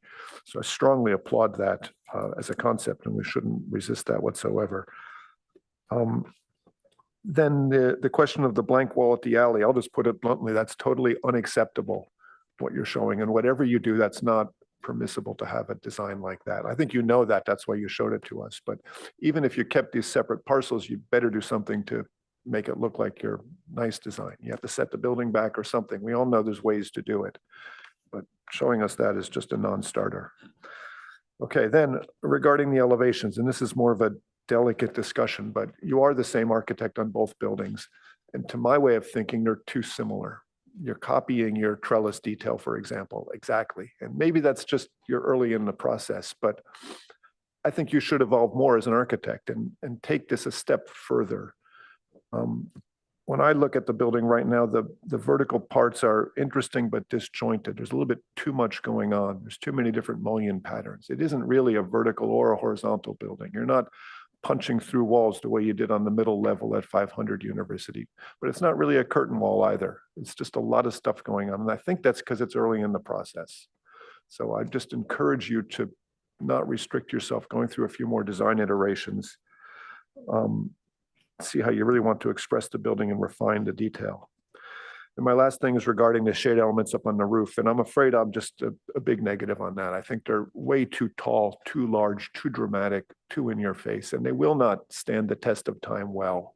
Even if they look dramatic now, over time, we want things that are a little bit more sophisticated and refined. try to keep a clean parapet lining up with the rest of the buildings on the avenue. Set back the upper level a little bit, maybe a few trees showing, but nothing quite this big. It's just too much in my opinion. So I really can't support that, the trellises whatsoever, the way they're shown. I think you should be much closer to what you have on the neighboring building where you really can't see it from the street. So those are my comments regarding the building design itself. Thank you. I can go next, and I thank you for your presentation to both architects. Very enlightening session for sure. Regarding the building design, I'm with Peter on this. The trellis, your busting height limit, edge limit, all of that for something that seems overly like too large, too on the edge for the building, particularly for an amenity that is not for the public. It's for office users only, and you're announcing this big thing you cannot have. That just seems like, busting height limits, the 45-degree, all of that seems not really appropriate for the use. The column design, picking up from the other building, I think is interesting, like some of the shaped pieces, but the scale of it seems too large. It looks very top heavy for that piece. I think if the properties get combined, the 45-degree angle, I don't know if that applies on that edge on the alley side. I'm a little bit oblivious to that, but looking at sheet 5.2, again, like it's obviously 500 University is not on that view intentionally so, but again, that the top seems so big and heavy and tall, and it's not really, yes, the shading is nice on the west side, but it's not anything anybody would see given how close 500 University is next to this building. So that heroic gesture seems unnecessary on the alley side. I think, as Peter was saying, how you treat both elevations is from the pedestrian experience, particularly in the alley. It's about pedestrian experience, not about big elevation. So really keeping that in mind and simplifying on the University Avenue side. I think that the large vertical rectangular expression is interesting. It just needs a little bit of editing down to be compelling. But overall, I think the site plan is good. I'm glad to hear you can egress onto the adjacent property with some easements, because I think having that lobby entrance off of that alley will be a nice amenity for people parking in the back and coming in to the building. I do agree with Peter on the retail as well. It doesn't, it's a very small retail in the scale of the building, but it's not really much of a presence. So whether it moves to the corner or has, depending on what that retail use is, I think it's gonna need to have a little bit of more of a presence on the street. With that's all my comments. Thank you. Thank you very much for your presentation. I think for the site plan, as everyone said, this is a very well sorted site plan. And I think on the ground level, it is really a very pedestrian friendly design. For the alley, there is the landscape along the alley is really nice, and having the sitting areas created, and also along the retail street front, you recessed it back. I think it also helps to provide more buffer zone from the sidewalk from the building. And but I also want to make sure that the ground level, the retail canopy, it does work eventually, because right now what proposed is really projected so far. It is like 11 feet projected into the sidewalk. So without the canopy, I understand that is a nice feature for this building design. It is nice. It has some curve element, and it also wrap around the building, direct people to the alleyway. But if it is not doable eventually, then it seems like the street front is kind of boring and kind of flat. So that is something maybe need to work out in the future. And as far as the scale of the building, I think it's appropriate and it's compatible with the neighboring buildings. The materials is really nice. As we can see, the adjacent building, they are all very high quality materials. And I do agree with some of the other board members said, I think the upper level, the canopy is a little bit heavy and it's too bold for me. But I think it's a nice feature that you can see from the street because it connects this building and the adjacent building together because they share some similar elements like the tree canopy elements. So I think that is something we want to see from the street level.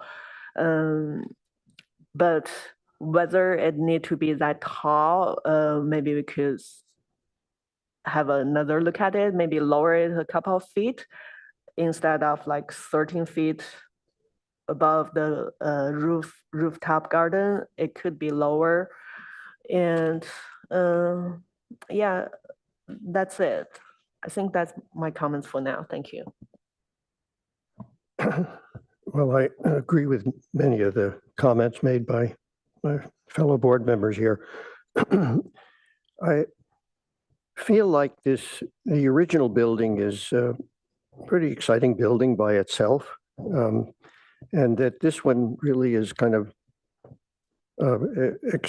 extends that quite a bit too far especially in the canopies up above. And some of the elements in the original building certainly could be adapted to this building. And I think it makes it then, sort of sister buildings that are of the same use, even if the module's a little different. I'm not sure you've gone through the ins and outs of this building, which isn't really the case in the original building either. So I would like to see some more similarities in the buildings. I thought when the first one went up that was a pretty exciting top to it. Yes, it certainly is more conservative than these particular canopies, which are flying above.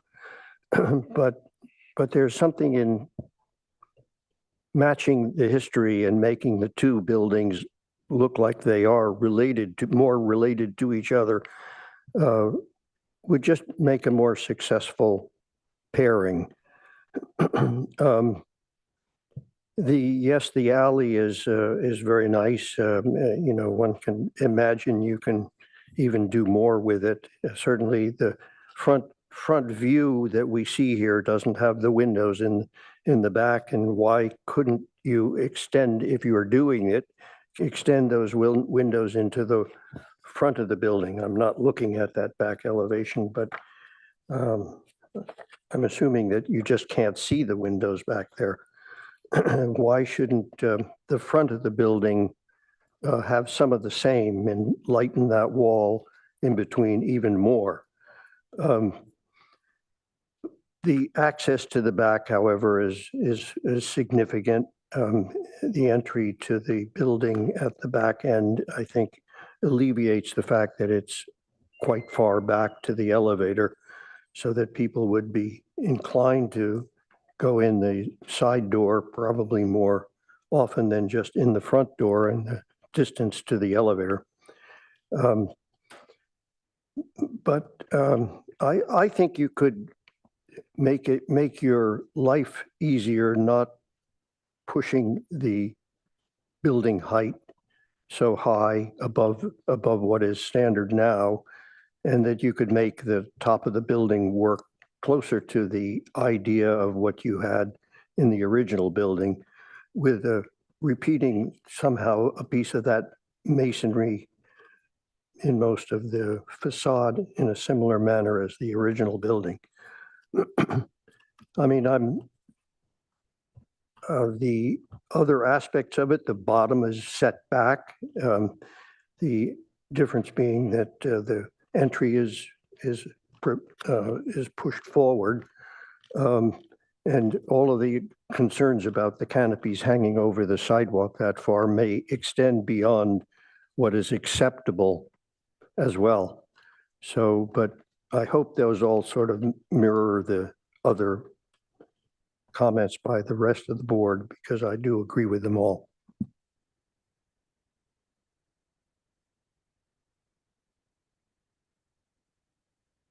Can I make a comment now about the FAR question and stuff? Or Please go ahead. Not a comment really, to my colleagues on the board.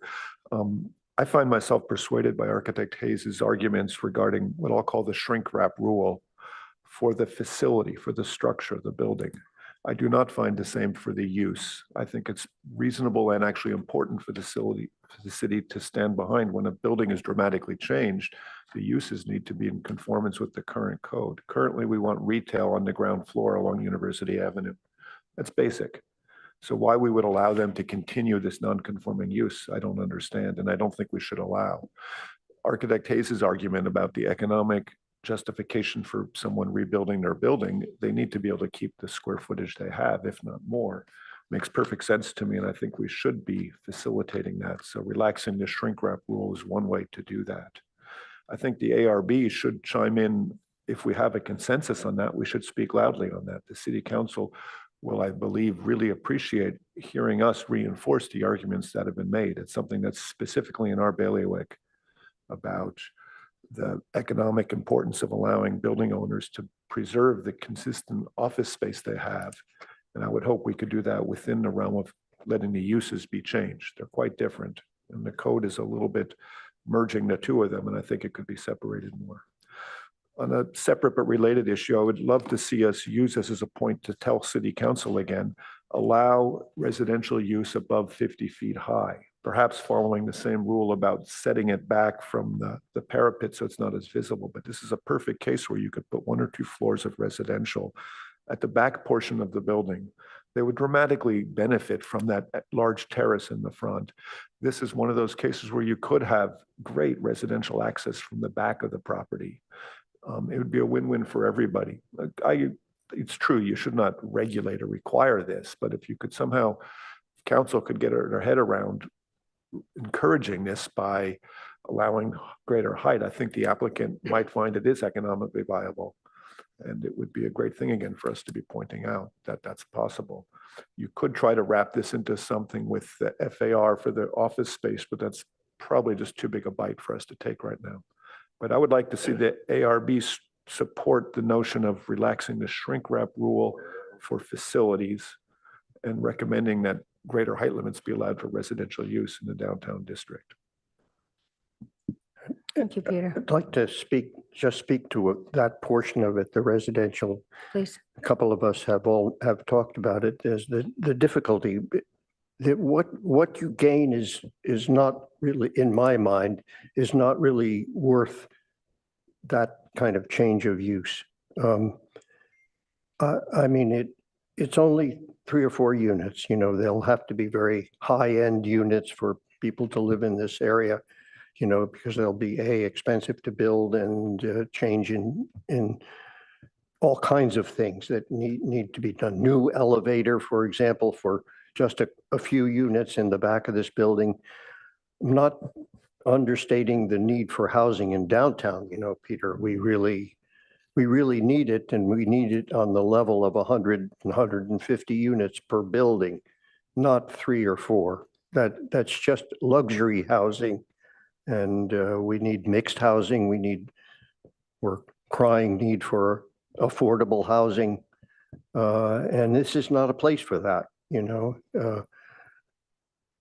I would hope that we can get more housing in downtown, but even that is becoming difficult to do, you know. Witness the problems that they're having on Lot K, I guess it is, or whatever it is on Lytton. And the parking issue, and of course, even then asking the city to have to put some money into that scheme in order to make it work. Let's focus our mind on the housing element here. It's very, you know, we all know how many units are needed here. And this is not a way to do it, is to allow 2 or 3 units.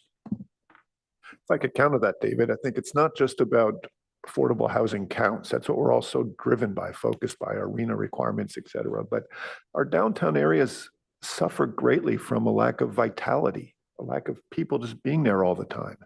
And allowing housing of any kind, allowing housing that the market drives, fights that. It does the opposite. It creates the environment you have in many big cities in the world where you have housing up above, and then the vitality that comes from that is fantastic. We are creating a city where the urban area can't have housing of any kind, or it has housing that's all affordable driven housing. It's tight units that are small, that are not what many people in Palo Alto would live in themselves. Let the market decide what housing we need. We'll support it through government and private efforts to do affordable housing, but let all of it exist. This is a way to just let it happen. And I think that's so important to create that vitality that we so desperately need right now. Well, we shouldn't be having too much of a discussion about this, right? Well, no, I disagree again. This is a case where this is the issue right now, is can they change the code for these things? And so this But is a you're good- forcing something on a project that really is mainly a commercial project, and all of a sudden it will have something that is, it just isn't in the character of this building Well, itself. I would say let's leave that to the applicant, to the building owners to decide, but let's make it possible that they could allow them to go to 70 feet with residential. That's sloped back from the front of the building, for example, as a code change, and let them decide if the housing works for them. Ultimately, sure, we can't require that, but right now I it's not think feasible. it's important to have housing, but it's important to have housing that is housing and commercial together, where there's a ground floor commercial. Keep the street alive. That's very important, extremely important here. And actually, the back of this building is up against a parking garage. You know, is this the best place to put housing? It's about a 5-story garage in the back of the building. They'll be looking out straight at cars. It's not the best place, number one, but also it is, they have enough, it's clear they have enough problems with this shrink wrap idea to solve here. Let them try to solve these problems. And we have some aesthetic comments that we've made about the face of the building, which also requires some significant rethinking on their part. So I don't believe it's important to put another element in the project that makes it kind of difficult. They have to go back to the owner, and the owner may say, I just don't want to do it. You know, is that good enough for us? I think this is a bigger discussion, and you guys have your work cut out for you. What I will say is one of the things that, commonly happens is when a law is set to be changed, there's usually a case that changes it. You guys may be very well standing on that right now. To Architect Hayes, and your diagrams are quite persuasive. But you do have your work cut out for you, and we follow the law as it is written, and we follow the rules and regulations as they are written. Now, if they are to be changed, that's a pretty big push. So very excited to see what happens next. And I wouldn't want to be in your shoes right now, to be honest. So But I do. Just to chime in though, Please. to Peter's point, I think we as a board, I mean, I personally support the changing of the shrink wrap rule, including, the use and the square footage, all of that, whether what they've applied for is its own text, and it I think we should support that, whether, as a separate thing, there's two other, separating out the issues, whether ground floor retail must be required to meet current code. That's a separate issue, I think.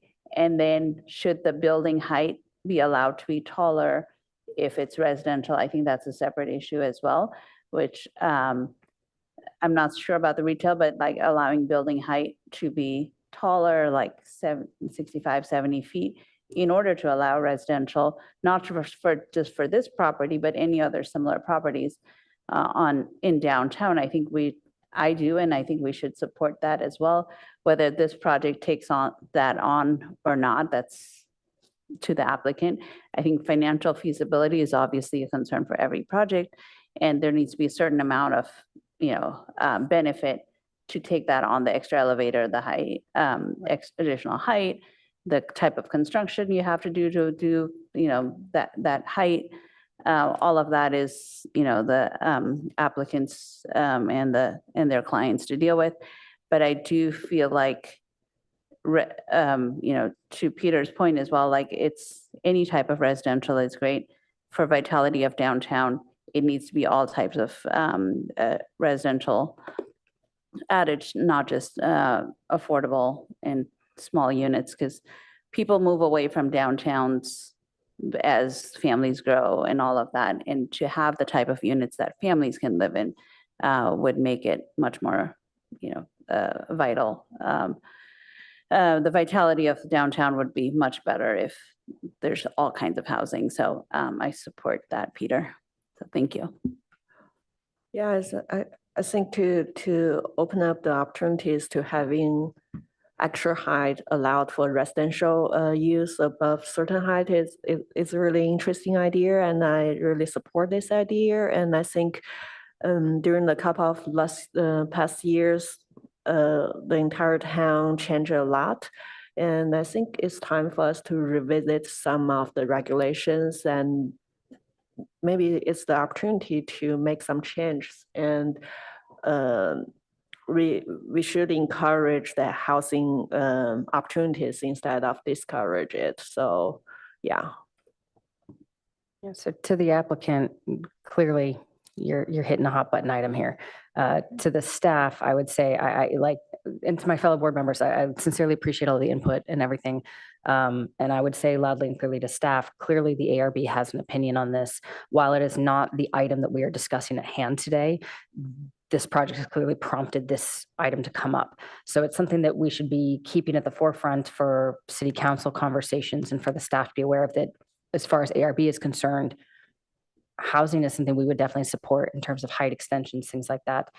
However, I do have to keep us a little bit grounded today in that we have a project at hand. We're trying to assess it as it is.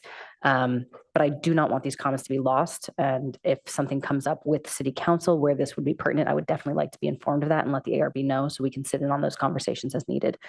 Because I do hope this moves forward, and I do hope that there's some adjustments to increasing the housing supply, and especially in vital areas like this. I mean, I lived in Barcelona personally, and the L'Eixample grid is a perfect example. Retail on the ground floor, offices on the second floor, residential above that.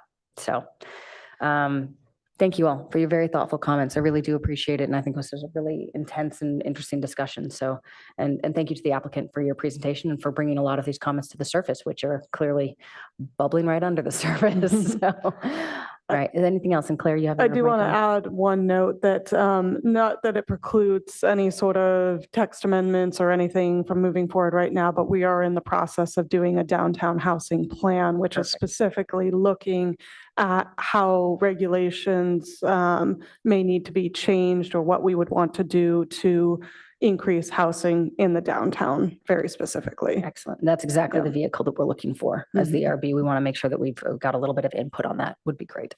Okay. All right. To the applicant, do you have any questions before we move on to the next item? So if you have any questions, if there was anything unclear from the ARB, please step up to the podium and ask away. All good. All right. Thank you guys very much for your time. We're going to close this agenda item. Thank you.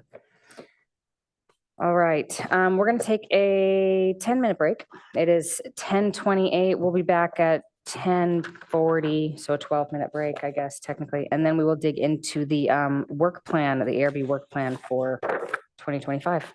Thank you guys for your time.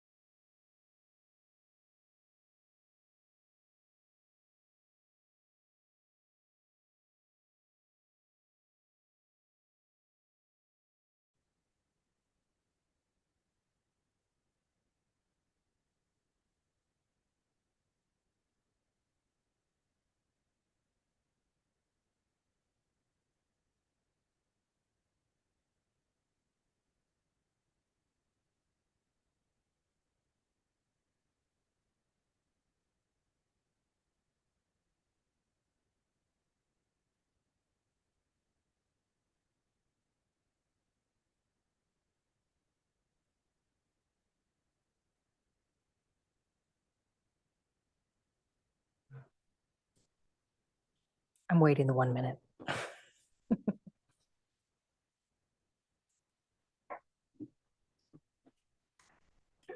All right, it's officially 10:40. Good morning, welcome back to the Architectural Review Board meeting. We are back from our break. Next item on the agenda is the Architectural Review Board's draft of annual report and work plan. It is recommended the Architectural Review Board discuss the draft annual report and work plan, suggest changes, and recommend submission to the draft work plan to the City Council. Just as a note before we dig in, this is sort of our first pass on this year. It may get rolled over to the next meeting should this take an extended amount of time, but we're going to aim for about an hour of discussion and presentation, just so that my colleagues know where we're at. And if we feel that this is an ongoing conversation, we'll roll it to another discussion as well. Okay. And with that, Stephen, take it away. All right, well, good morning, and I just have a brief presentation here, and then we'll open up the document and we'll presume with the edits. So in attachment A on this item, it includes the draft, if you will, of the work plan, as well as a review of the prior year accomplishments. So the work plan itself was aligned with council's most recently adopted priorities. And there is a tentative submission of this to the city clerk in May. So we've yet to receive an official date for the work plan submission, but we are getting ahead of the curve here. So starting the discussion early to work through some of these items. If we're talking next steps, it is for the board to review the draft work plan and attachment A in the annual report, suggest any edits or additions to said plan, and potentially finalize that for council submission and approval of said work plan. So as noted by the chair, an optional second review meeting may be needed at a subsequent time, perhaps in May or following that. So. And with that, I can entertain any questions and open up the draft document. And Just a quick question. So if we do decide that it's in good shape and we're ready to submit it and approve it today, we can do that? yes. Okay. It was scheduled or agendized as an action item. So. Okay, great. All right, let's open up the architectural 2025-2026 work plan. All right, bear with me while I share my screen here.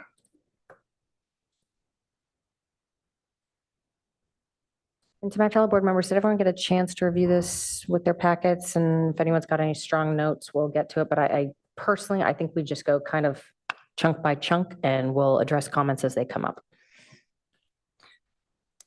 All right, so a lot of this information on this first page is carried over. So that's the brief discussion about the board, the purview, board members, and the mission statement.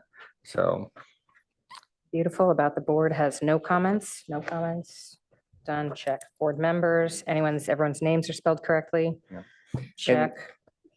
Literally going item by item here. And mission statement, I would like to review that. okay. And for the record, perhaps we should open this up for public comment before we dive into, say, the review. Fair enough. Okay, do we have, we'll open this up for public comment. I don't see anyone in the gallery, but do we have any public comments or public speaker cards or anyone on Zoom? No, I have none.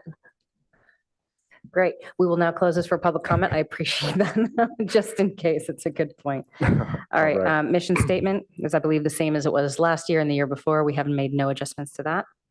Correct. Good to go. Prior year accomplishments, please attach summary for more information. Okay, great. And that is the annual report that's noted. So Beautiful. All right, on to project goal number 1. So project goal number 1 is carried over from previous work plans. So this would be, say, an ongoing effort of the Architectural Review Board. So this is, as noted on the screen and in the packet, reviewing applications for conformance with ARB findings and objective standards. So this language is the same as previous years on work plans. So. Okay, should I chime in on each one as we Please. go? Yep. Why do we say that the high priority is new housing projects? I would think all projects have equal priority if they're required by code to be reviewed. Great question. So this was carried over from the previous work plan. So based on last year's discussion, this was determined to be a high priority. The board can choose to either remove that or friendly amendments or additions. And I believe that was if I remember correctly, I'm sort of pulling from my brain. It's a little dusty, but we'll get there. I believe that was because we had such a high focus on the housing elements from last year and that we were really trying to push for more housing. So I don't have an opposition to keeping that there because we are still sort of hyper focused on housing at the moment at the state and a city level. But if you feel that it's precluding something else, I would understand there being a friendly amendment to potentially remove that. Yeah, I think it's an issue. I mean, the project goal 1 is to review planning applications. And I don't think we set priority which applications we review, do we? Do we set a timeline and put housing ones ahead of commercial ones? No, I don't believe so. They all come in as they come in. And we review them equally, don't we? We do. There is expedited review for housing projects or streamline review, if you will. I mean, aside from that, there Yeah, at a staff necessarily level. isn't, a priority, if you will, on processing of applications. So as you noted, as an application comes in, staff would review and process it accordingly. So I would think high priority would be the timely and efficient review of all projects. That's what we're really Timely and trying to- efficient review of. all yeah. projects. Yeah. But Okay. I'm not The going to question would die be, on do we this, so even need whatever to you want. state a high priority versus a low priority? This is just what we do. Yeah. Right. So I don't. That's why I'm bringing this up. Yeah, I'm happy. I'm okay with scratching that from the high priority and just leaving it blank. all right. Everything is just equal. Does anyone have any objection to that? Yes, Please go ahead. I think it's the highest priority for the city in general right now. Mhm. We But for the get commercial ARB. applications all the time. We get, other applications that come in like storefronts or whatever. Mhm. And this is critical and it involves, in my mind,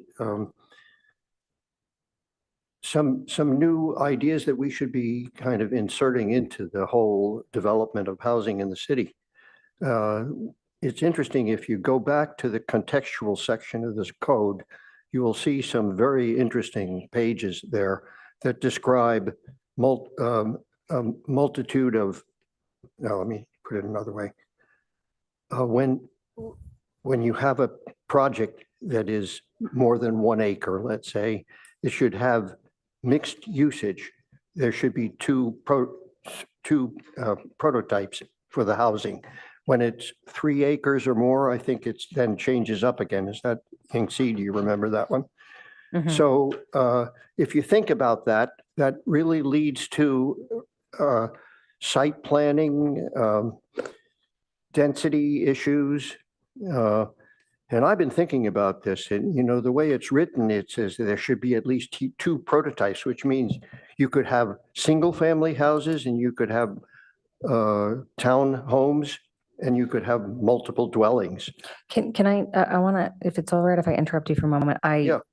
fully support this. The question that I'm sort of having is, how does that relate to project goal number 1? And I guess the question is, we may actually, based on this conversation, we may want to add a project goal number 6 that's sort of more specifically related to housing.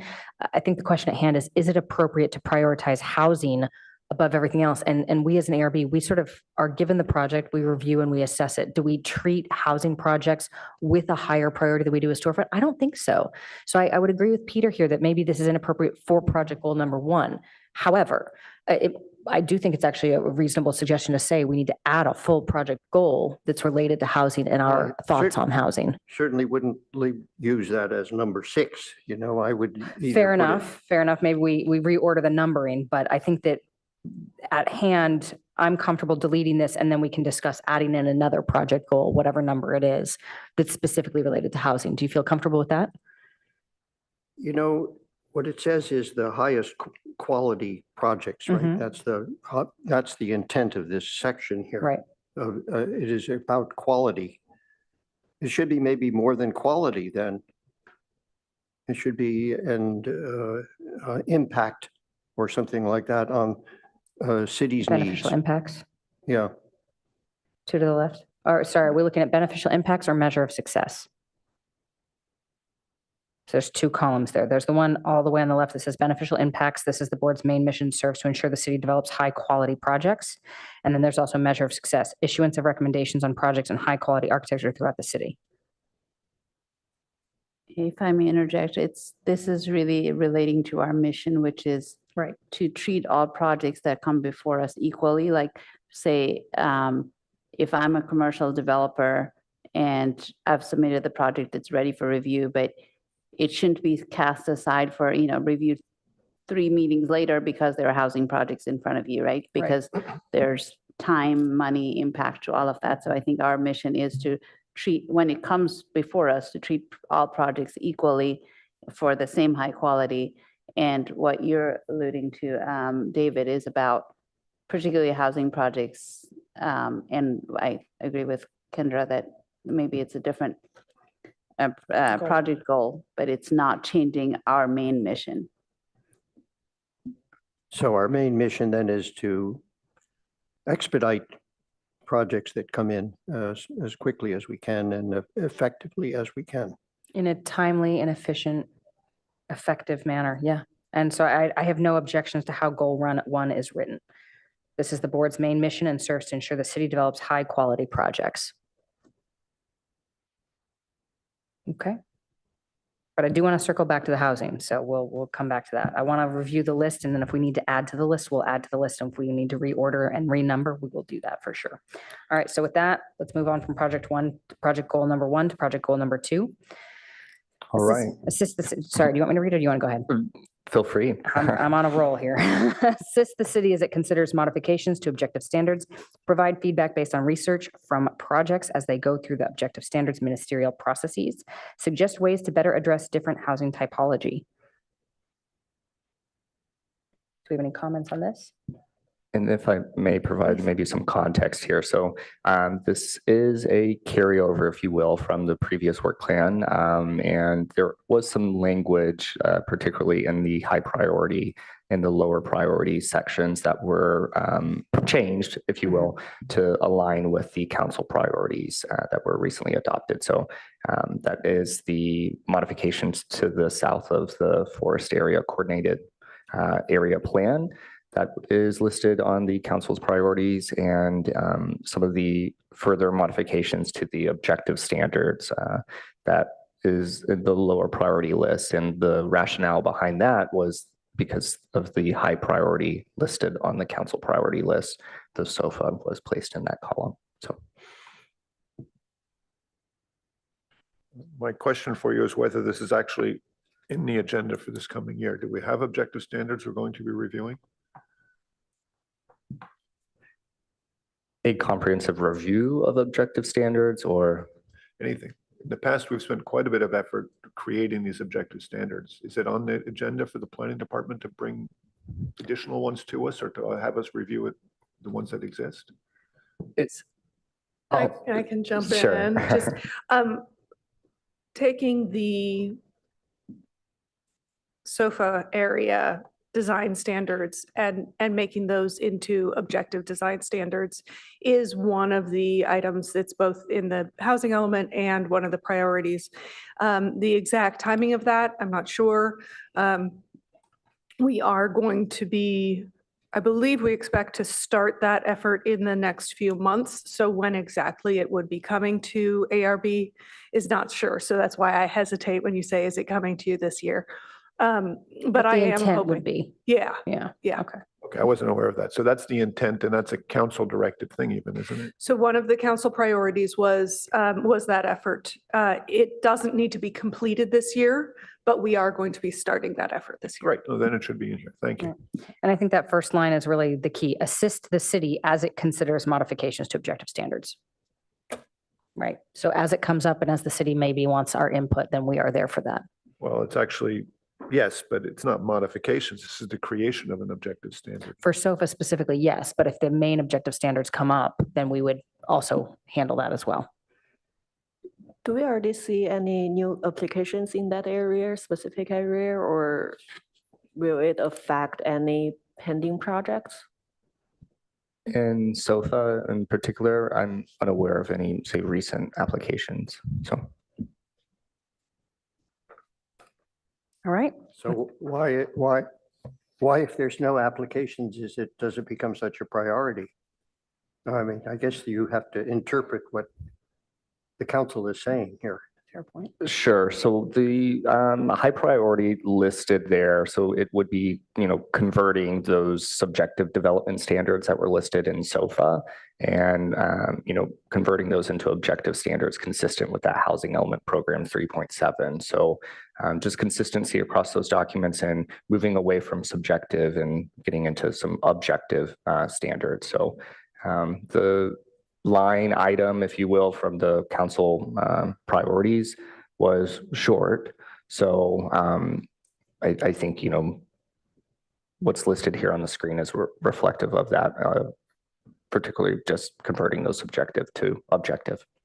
And I can add that there were timelines in the housing element in regards to this item. And so working to make sure that it gets started soon enough so that we can meet those deadlines, as well as, getting objective standards in place before we get development applications is the goal. Fair enough. All right, let's move on from number 2, head over to number 3. Discuss specific coordinated area plans, streetscape improvements, and provide comments that the ARB would recommend exploring and implementing. Sorry, on our packet page that's printed, those little bubbles always interfere. So that's why I had to switch from paper to screen there. Does anyone have any comments on that one? Same question. All right. Same question. Is there anything actually in the works to do that this year? Are we going to look at these coordinated area plans? So along the same answer that was provided, the high priority list detailed there are pulled from the council priorities list. And those were detailed, say, for the San Antonio Road area plan, downtown housing plan that was mentioned in relation to the project heard before the board earlier this morning, and the California Avenue streetscape improvements that had previously come before the board this year, as well as some University Avenue streetscape improvements. So those items are on council's priority list to review within their, say, this next fiscal year, and trying to align the ARB's work plan with those priorities was the intent here. You mentioned San Antonio Road studies, right? Are they part of that then? So the San Antonio Road area plan. Area plan, Yes. which is a series of areas, is it not? So it is a defined area. We have a consultant on board and they are starting their work on that effort. So when exactly it will come to the ARB, it is not yet set in stone. But the effort is started. We are working to compile the different steps of outreach for that process. So we want to make it really clear that the ARB is going to be available when your advice and guidance is needed for that process.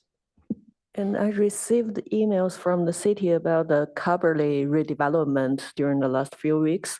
So will that also be part of the ARB's job to review that plan? That may be, I think that's an excellent suggestion, and I can check in with them as to whether that's going to be a helpful part of it. I know the work that they're putting together is targeting an item to go to the voters, I believe, next year, so in a year and a half. And so what stage the proposal will be in at that point. I'm in some of the meetings, but not actively involved in that process.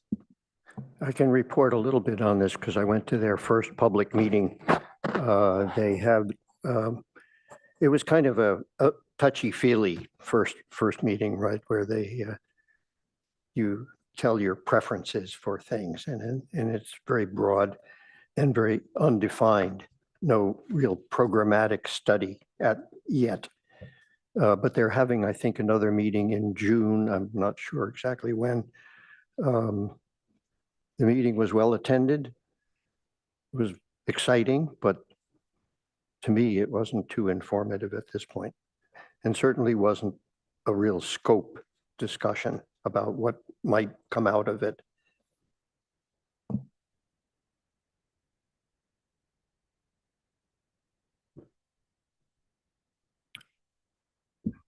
Is that something we should add to this list then, or should we wait until we have a little bit more guidance on timeline, because if it's not going to actually happen until 2026, then we'll put it on that work plan. Is there a way to make notes for the future work plan and say down the pipeline? I'm sure staff will try to, in the future, align the ARB with any ongoing city projects and future work plans. But considering it will be more than likely processed outside of this fiscal year, captured by this work plan, I think that is good direction. Sounds good. And in addition, we would bring it to you whether it's on the work plan or not. So Sounds it good. doesn't prevent us from moving forward with that. This clearly is showing that the ARB is available to support the different area plan and other efforts related to your expertise. Great. Okay. Any other comments for project goal 3? All right, check. Moving on. Project goal 4. Sorry, I can write. Provide feedback to staff and council on the. Just a second. Go ahead. Yeah, you really don't, there's the El Camino Real zoning changes, Oh, yeah. oughtn't we be seeing some things out of that are going to be coming up? And how is the zoning, is the zoning a complete piece now for that area? So I think there are probably a couple different things related to what you're referencing, but I think probably what you are most specifically referencing is the El Camino Real focus area. Focus area. Mhm. Correct. So with the thoughts and input that were received late last year for that area plan, we did bring a proposal to PTC, Planning and Transportation Commission, for their recommendation to council. And it is scheduled to go to council for consideration next month. We do expect to move forward with it does seem to be support for the different changes to the regulations. We did need to focus in the area of expansion, primarily to the tier 1, because if we went beyond that, there was going to be additional CEQA review required because it was going beyond the 500 units estimated in the housing element. And so we confirmed with PTC that they recommended going forward to meet this housing element requirement deadline for this first piece, and then discuss further expansion in the future. So that is where that is right now, but we do expect to be taking it to council next month. And so then those new regulations would go into effect by the summer and hopefully can help some of the projects that are currently proposed or proposed in the future in that area. So on that front, is that something that we would expect to come back to ARB in any sort of capacity, or is it really out of our hands at this point? And so it wouldn't be on our work plan for the future? It would not be on your work plan for the future. Okay. But it's something we helped with when we were summarizing our past deeds. So that's good to know. Well, Stay the tuned to interesting the thing is annual that, report. I think Peter brought up the fact that you'd like to see this expanded area, right? And I agree with that, wholeheartedly, that it should be expanded all the way to from Page Mill, I guess it was, further, right, towards south. I guess that it would be direction. So, Yes, that was understood. okay. Thank you.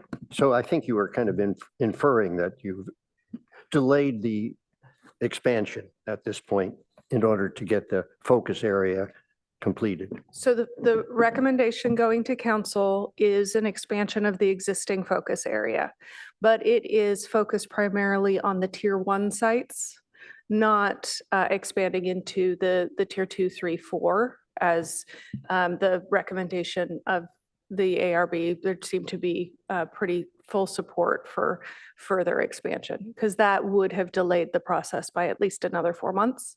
And we've got a June deadline. So I just want to make one comment about that. The whole of the El Camino kind of meets up against residential neighborhoods all the way along. And will that be included? You're kind of an analysis of those issues? So that was one of the benefits of keeping this expansion a little more focused, was that it didn't have as many of those areas that do abut immediately against the low-density residential. And so by keeping it focused, then a larger effort could proceed in the future that does look into the nuance of the interactions where we've got parcels that aren't as deep or immediately adjacent to low-density residential, what is appropriate in those locations. It's not clear at this point whether that would be a subsequent area plan, because that's the kind of depth that I think El Camino Real really deserves. Though we've got 2 area plans in progress at the moment. So it's a little bit of a question of how deep to go with that next effort. Very good. Thank you. And based on this Monday's city council's meeting, so do you see any possibilities that we will bring back the Encina Street, the area plan for that area, because it was listed on as the low priority last year? So 70 Encina, the application that went to council on Monday, was approved by council. Right. And so they'll have the second reading of that planned community zone, and then that will go into effect. However, there does appear to be discussions among the property owners and leasees of those adjacent parcels. And so we will be talking with them and available when they are ready to come forward with a proposal for a larger development, if that does proceed. And that, of course, would come to ARB for review. And on that note, I do not believe it would fall under a coordinated area plan, however, because it's all one owner, one leasee. So it's sort of their one project at that point. It would be a larger development project application rather than an area plan. No, there isn't. You're saying there's one owner for all of that property? Surrounding the 70 Encina, so all of it's town and country. So it's one property owner. Well, the town Sorry, and go ahead, country Jennifer. is leasing. Yes. It's more complex, than a single owner, but they are looking to the possibility of a redevelopment of that. It would be processed as a redevelopment. Right, but I'm not as a coordinated looking area at our plan. attorney here and Yes. trying to not have an extension of this conversation. Correct. Since it will be coming forward to you in the future. Thank you. But it's not something that needs to be agendized for our task list. Thank you. Okay, anything else for number 3? This is where we should have had a coordinated area plan 2 years ago and we didn't. The ship is sailed. I It's- appreciate it's it, too late to Peter. benefit from advanced planning on this one. So While looking at the attorney, I'm here. going to say, thank you for your comments. We're moving on. Thank you, Peter. Okay, so goal number 3, we're going to close that. Project goal number 4, provide feedback to staff and council on the creation of new guidelines, ordinances, and/or streetscape, including but not limited to wireless communication facility regulations and innovative housing structures. This is one I have a comment on. Why are these 2 lumped together? So there is the intent here from the previous work plan of discussing new guidelines or ordinances. So if we recall from the presentation of the last fiscal year work plan, that council had added at that review the addition of project goal number 6, which was to look for a wireless communication facility regulation. So staff had combined that in this effort of an overarching project goal to review these new guidelines and ordinances. So that was the intent here of providing that as a catch-all, if you will, for those items coming forward.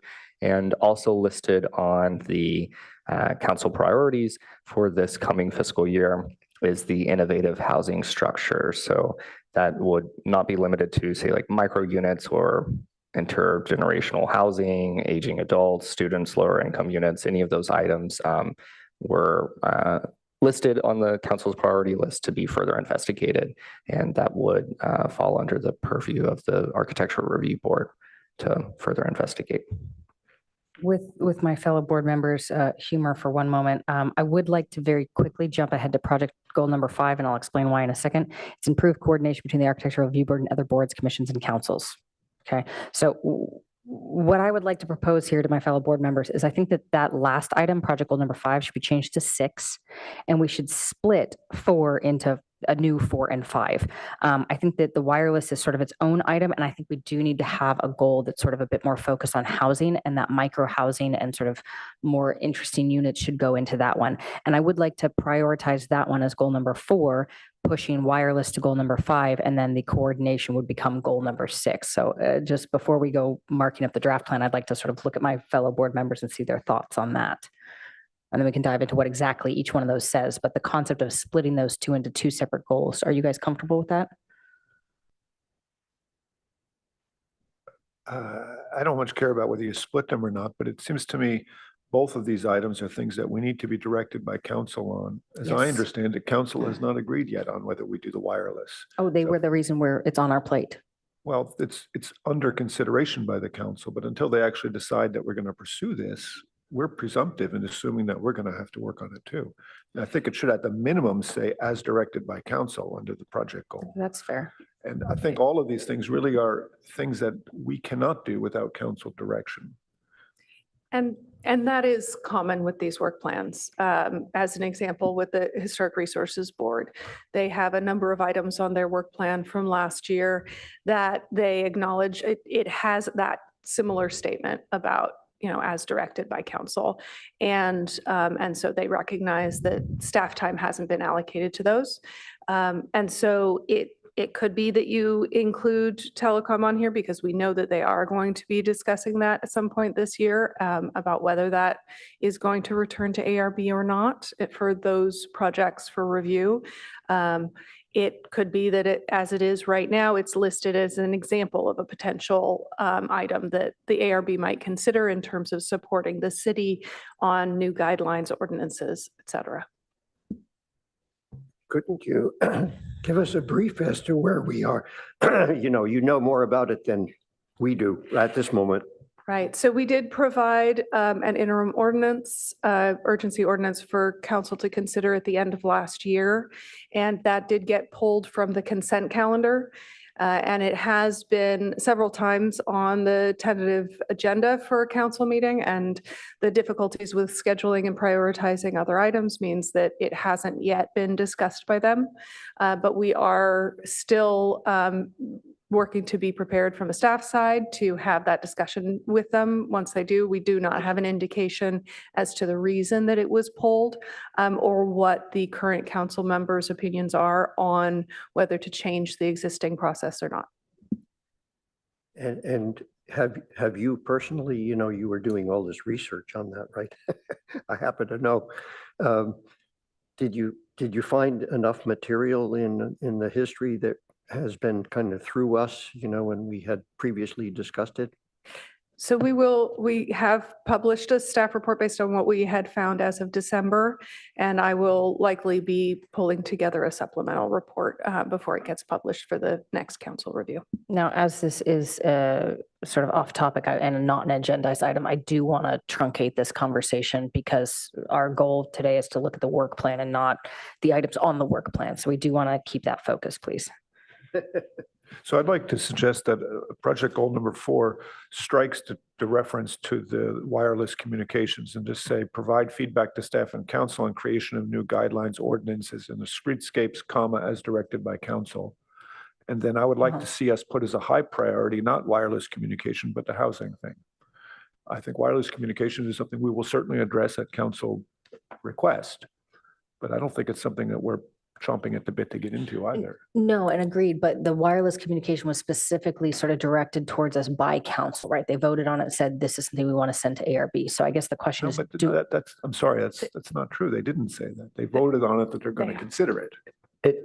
If I may, so it was added as work plan goal number 6 for this last fiscal year of a new project or goal to specifically address the wireless communication facility regulation. So just brief overview from that item at council, it was directed that there would be an interim ordinance, and then following that would be a more permanent ordinance that would be reviewing those items, and upon which the ARB would provide feedback on that.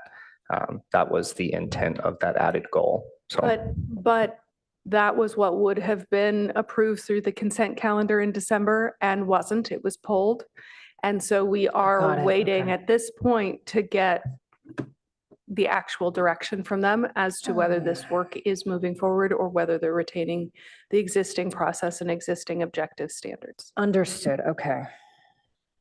Then yeah, we should not separate that out as a separate goal. I think that would be inappropriate at this time. So then the question would be, would you be comfortable moving the wireless commentary to lower priority and literally adding the words as directed by city council? I think we should just strike the wireless communication thing. That's not one of our goals. Until we're directed? Yeah, not directed. I think this goal 4 just says we're going to do things that council asks us to do. Our priority is the housing question. So Yes. why not say that? Yes. This is responding to board member Hirsch's concerns, and I think that should be the important part of priority 4. Low priority could be other items the city council talks about, including wireless, but I think that it's presumptuous of us to assume that council, when right now they had a 4-3 vote against pushing it forward, that they'll change their minds on this. Fair enough. Okay. And I think housing is where we want to emphasize. So I would rather add additional possible housing things that we think they could work on myself. So just to reread the top of project goal number 4, provide feedback to staff and council on the creation of new guidelines, ordinances, and or streetscapes, maybe, as directed by council. So yeah, I am comfortable including, but not limited to wireless communication, facility regulations, and invasive housing structures being struck and keeping that as a much broader overreaching overall project goal. And then you're right, in the high priority, innovative housing structures, micro units, intergenerational housing. I would like to go back to David's comment and add in, again, per my board members' agreement and approval, commentary that we would like to identify and sort of focus on some potential ways of getting more housing in the city, prioritizing housing and finding ways to make it more feasible for some. I mean, as the project we just had, they said that it's not feasible financially to support housing. So how can we get that goal? How can we get that information, that sort of concept as part of this goal? And I would recommend that that stay general, Yeah. because I think just off the top of my head, there are a few different possibilities of things that could fall into that category that we're moving forward. I mean, tying into the downtown housing plan, that's clearly one of them, Right. right? But there also was some interest from council in potentially doing some interim work for the California Avenue area or some other things like that. So there are a lot of possibilities for what could fall into that category. Great. Okay, so just to read out loud, the high priority would be changed to housing generation and feasibility. Bullet point number 2 would be innovative housing structures, micro units, intergenerational housing, aging adults, students, and lower income users, consistent with housing element program 6.5. So I think housing generation and feasibility is a great way to just keep that nice and broad and say, this is our priority. Any other comments on that one? I'm looking at David specifically. Could we push Board that Member to Adcock? item number 2? Project goal number 2. So we'll swap project goal number 2. Just elevate this as the second important goal. Yeah, that's fair for me. And then everything else will get dropped down. So assist the cities that considers modifications to objective standards would become number 3. Project goal number 3, discuss coordinated area plans would become number 4. Yeah, just change the numbers and you can reorganize later. And then project goal number 2 is housing. Great. Great. Thank you. Pleased with that. Yeah, exactly. You can do the swapperoo later. So on item number 5, we've been, as long as I've been on the board, we've been advocating for this and nothing has ever come of it. I would politely argue that I am actually included on many more of the city council emails, and I would say that they always inform me when something is sort of more important that comes up. And I have appreciated having the opportunity to sit on some of the city council meetings that maybe I would not have been privy to otherwise. So I do feel it could be expanded further, but I would say that I felt like I've been kept in the loop when something pretty important has come across our desk. So. Yeah, but that's not what it says under the impacts here. It's talking about liaisons between other boards. That's fair. I'm just being a devil's advocate here, but the fewer goals, the more likely we are to achieve them. Mm-hmm. So are you saying scratch project goal number 5? Yeah. Or are you just scratching the high priority? The whole thing, this strikes me as typical Palo Alto paperwork. And it's nice to have it there. Yes, it's important. We should all be doing this, Yeah. but If if it distracts us from what's now goal number 2, it's not Yeah. a good thing. Now, if I do remember correctly, Peter, I think you were pushing pretty hard for this one last time we were putting the work plan Well, together. I was younger and more idealistic then. All right. I personally have no objection to scratching it. I think they've been doing a pretty good job of keeping us in the loop. And when something sort of like the 70 Encina came to city council, I was able to sit in on that because they give me the heads up and say, just so you know, this is the project, this is the time, here's the link. It makes it super easy. So I've appreciated that, but Yeah, and I guess it's really up to staff to tell us if it's something I think is important to have too. yeah. Yeah. I would say that the efforts that we've been making to try and make sure that the chair is aware when something that has come to ARB is going to PTC or council is something we're going to continue to work on, but seems like it's providing a good link. Yeah. Sorry, board member. I was just gonna say, like, if we can all be included in that, that would be really helpful. Because like I get more information honestly out of Palo Alto Forward than directly from the city, which is not helpful. Yeah, and what I'm going to recommend is that may just become part of the standard staff presentation at the very beginning of your meeting as to upcoming items going to PTC or council that came to you, so that you are aware of what's scheduled for the next few meetings. I can coordinate on that. Yeah, I really encourage that too. That's sort of a feeling of always looking at Palo Alto online as well as forward, to find out what's really happening. So we'd appreciate it. And I will note, now, albeit it requires reading through the attachment B of the director's report, but that pending projects list does detail updates in the column for notes for any of the projects that are going in their tentative schedule dates with council and ARB or PTC, as well as any subsequent hearings that it might be going before. So I think we definitely can improve the coordination of that and have that included in the presentation. And Yeah, no, agreed. And I appreciate and I do kind of read through, try to even get a sense of what status of each projects are through the spreadsheet. But just knowing, what projects are actually going from our recent review that's going in front of PTC or council, that would be a nice thing to get a heads up and we can tune in to the Zoom meetings. Yeah, thank you. So perhaps if we keep this, then we could change the high priority to no longer being create liaisons between boards and commissions, but rather maintain and improve the ongoing list of projects coming up and maybe even circulate that more widely. Interagency projects coming up.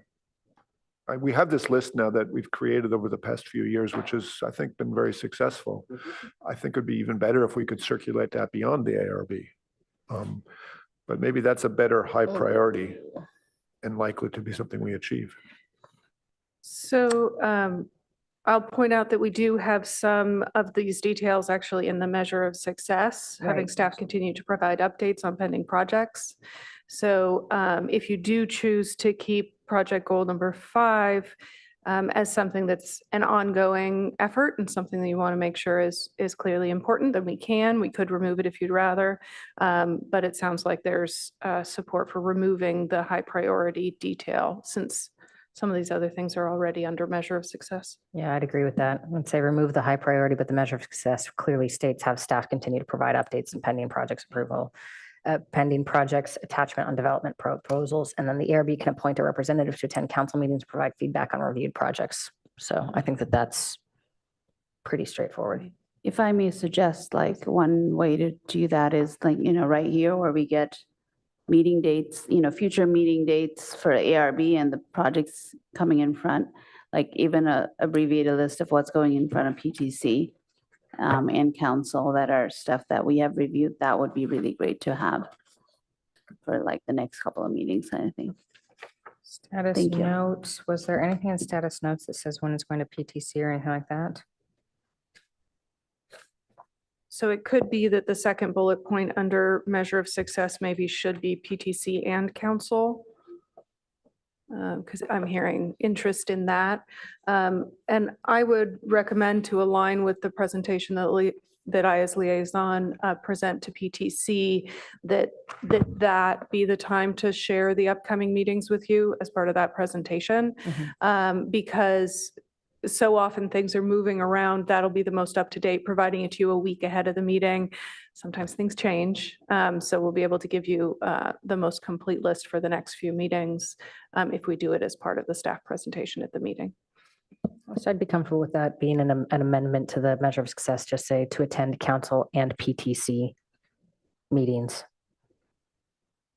Just adding in PTC meetings and, yeah.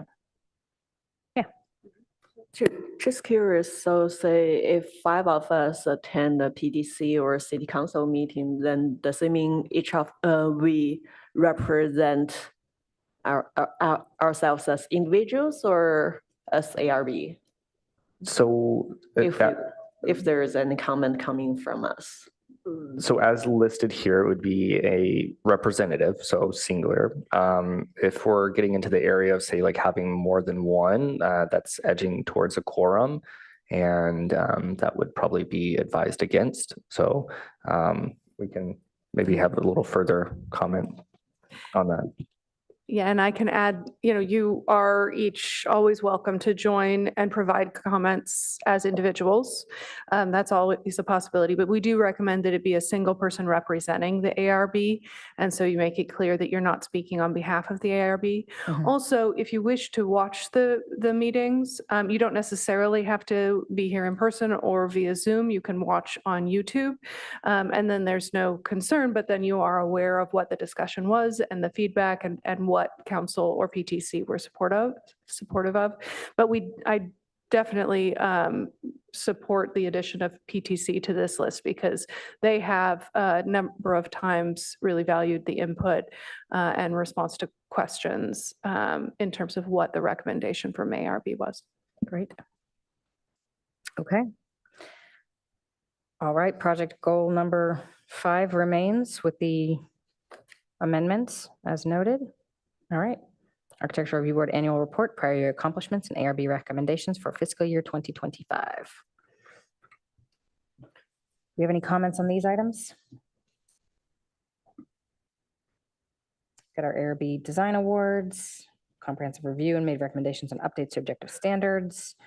ARB provided valuable feedback to assist council with respect to car-free streets implementation plan. ARB provided valuable feedback to assist council with respect to the lighting and bird-safe glazing ordinances. ARB reviewed around 20 projects, including multifamily housing and below market units. And then the one that we were talking about with El Camino, is that something we should add to the list here?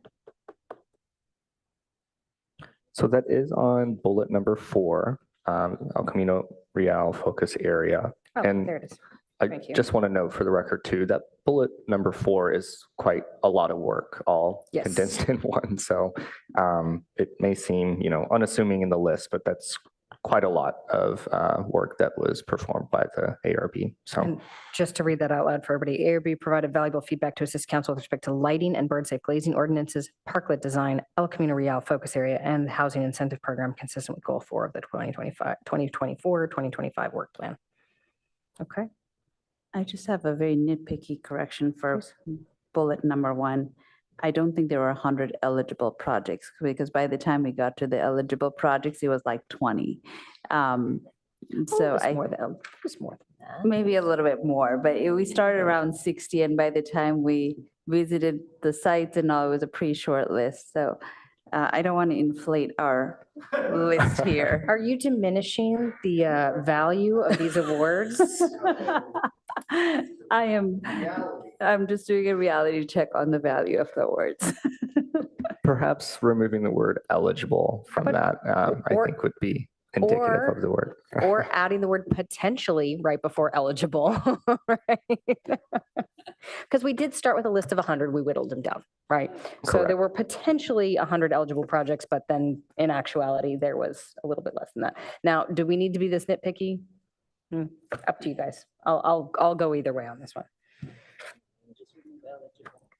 Yeah, fair enough. Done. Why not strike everything after the first sentence? Just say we reviewed these projects and awarded them because of their contribution to Palo Alto. The rest of it gets into question marks. It's a lot to read. In reality, it's required by the bylaws anyway. So why? Who cares about that? Yep. Fair enough. All Keep right. it short and sweet. So off topic, but somehow it would be terrific if we could get some council members to our, and how do we do that? Get them. City get them council there. members to the ARB To design our awards. awards. That's something that you know. we will punt to Stephen, since it's not on the agenda right now. We'll take that one offline, but good question. And so we can circle back to that. And just to address that briefly here in the conversation, there are ongoing efforts with staff on the coordination of that award ceremony. So stay tuned. All right, application review, just a nice little list there. Thank you very much. What is the TBD at the bottom with the highlight? So that was included because we are in the month of April and we are not fully closed out for this fiscal year. So Got it. there are some projects that may be coming forward that will be added to this that will be representative of the work that was reviewed by the ARB within this fiscal year that we're currently in. Okay. There's a lot of words after the word recommendations, and I guess the question is how much of this was sort of rolled over? All of it? That's Great- totally fair. A I'm just great questioning. question. Yeah. So the answer is that a majority of this was carried over from the previous work plan, and staff is open to any additions or suggestions for changing the language here. And specifically, I'm looking at the several residential projects over the past years where townhouse type developments. It lists some addresses. In our review, it was noted that some of the current standards focus more on larger multifamily buildings. Therefore, some aspects of townhouse style design were not fully addressed, accommodated for their standards. Through an ad hoc committee, we studied many local townhouse developments and have provided the planning development. Okay, so that's that portion of the we had Yingxi and David do the townhouse presentation. I guess I'm just a little confused because this says recommendations and that's under recommendations, but something already happened. Can you just clarify that for me? Yeah, so that recommendations, this section was carried over for any items that wanted to be highlighted to council. So, and this included, say, objective design standard refinement, and part of that was, say, the completion of those townhome design guidelines, or that were completed in this fiscal year. So that was just noting those efforts that were partially satisfied within this current fiscal year. Understood. I think I was just confused by the term recommendations at the header of all of that. Okay, that makes more sense now. Okay. Does anyone else have any, comments, notes, adjustments? Under the recommendations list, the item 3 about the wireless communications probably should be struck, if we're not going to have that in the first list. I'm looking at Jennifer and Stephen.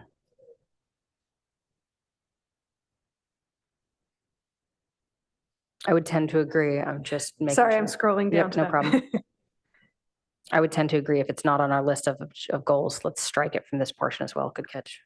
But then I'd like to, I don't know how to make a comment, I guess, Kendra, but in the past, traditionally and in practice, the chair has written this stuff, the recommendations. Every year it's been a new draft written by the chair. Did you do that here, or was this staff's writing This it was up? staff. Because it feels like that. And I guess to the board, I think we should be doing this ourselves. The chair should do this.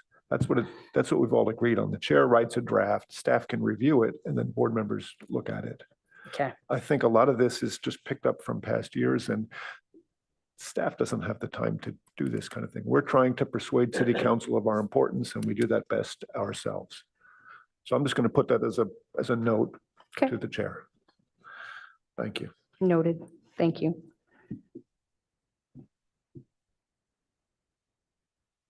And just to clarify, the recommendation section is our recommendation to the council. So is that how it should be titled then? In previous years, that was the intent of that section of the report, of some considerations to be had. So Maybe we can elaborate, and instead of just calling recommendations, call it ARB's recommendations to council. So it's clear what we're doing. So I'd love some language in here that says something about how we expedite projects, because, this is kind of a question that is coming up now. They're limiting our impact of projects. The state requirements limits it to two hearings, so effectively, efficiency or whatever, if we could get that word in there as efficiently as possible.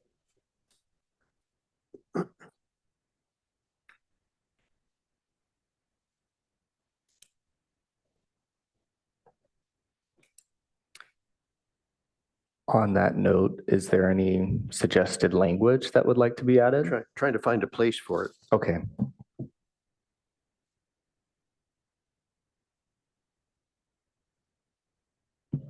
And while discussion was being had, I did remove from the coordinated area plans the Encina Encina. Avenue reference. So Thank you.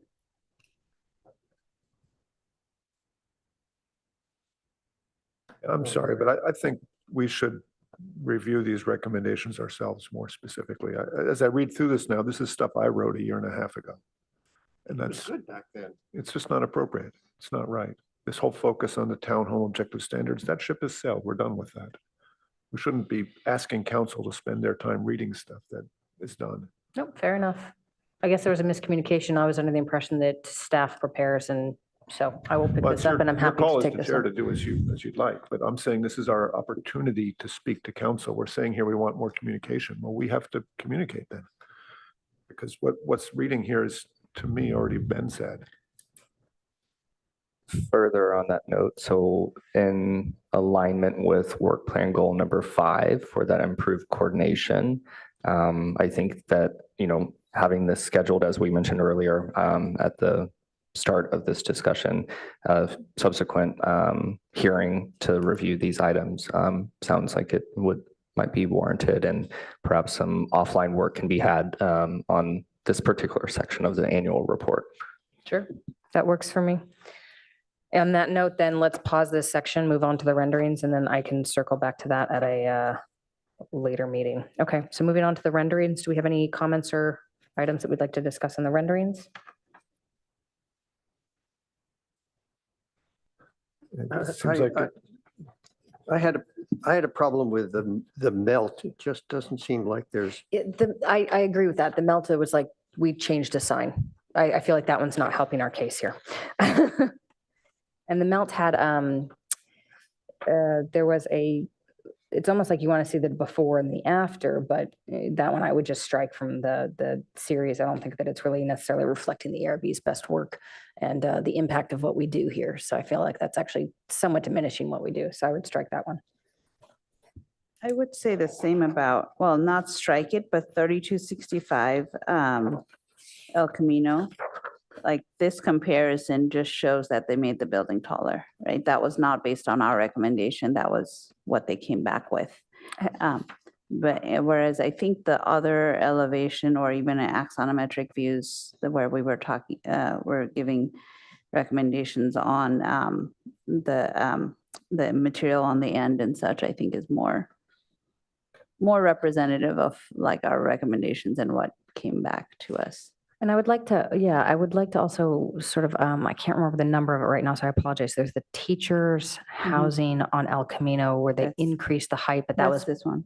That is this That is one? the one, yeah. Well, then I would argue that we should keep it because that was basically at our direction saying, right? Oh, no, No. not the increase. Not the height. increase in height. So I'm not saying strike this project from the comparison. It's just this elevation, all it does is show you that it became from 6-story to 7 or something like that. So you prefer a different view of it. Right. Got it. Mhm. Okay. Yeah. Fair enough. That can be achieved.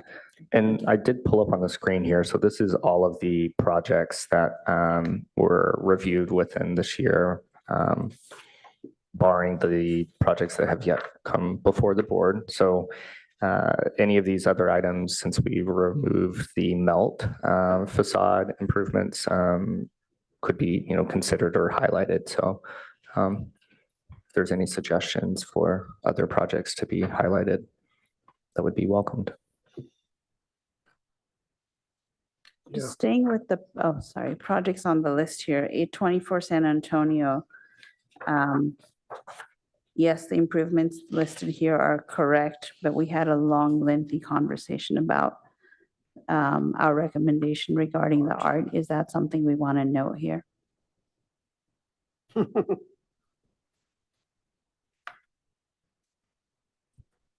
think we should, in my opinion, we should at least note that the ARB supported the facade design as shown.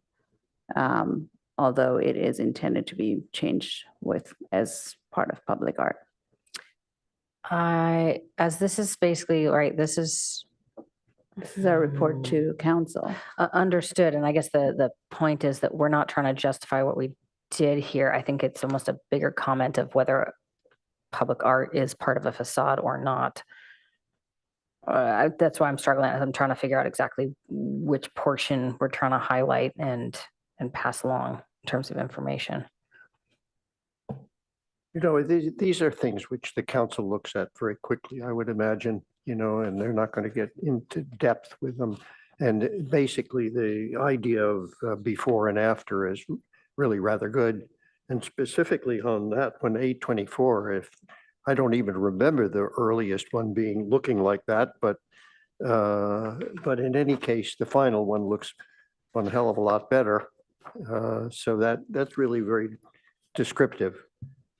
Whereas 3265, I think you almost missed the fact that it's an extra floor and wondering what has really been done here except change the color of one vertical element, you know.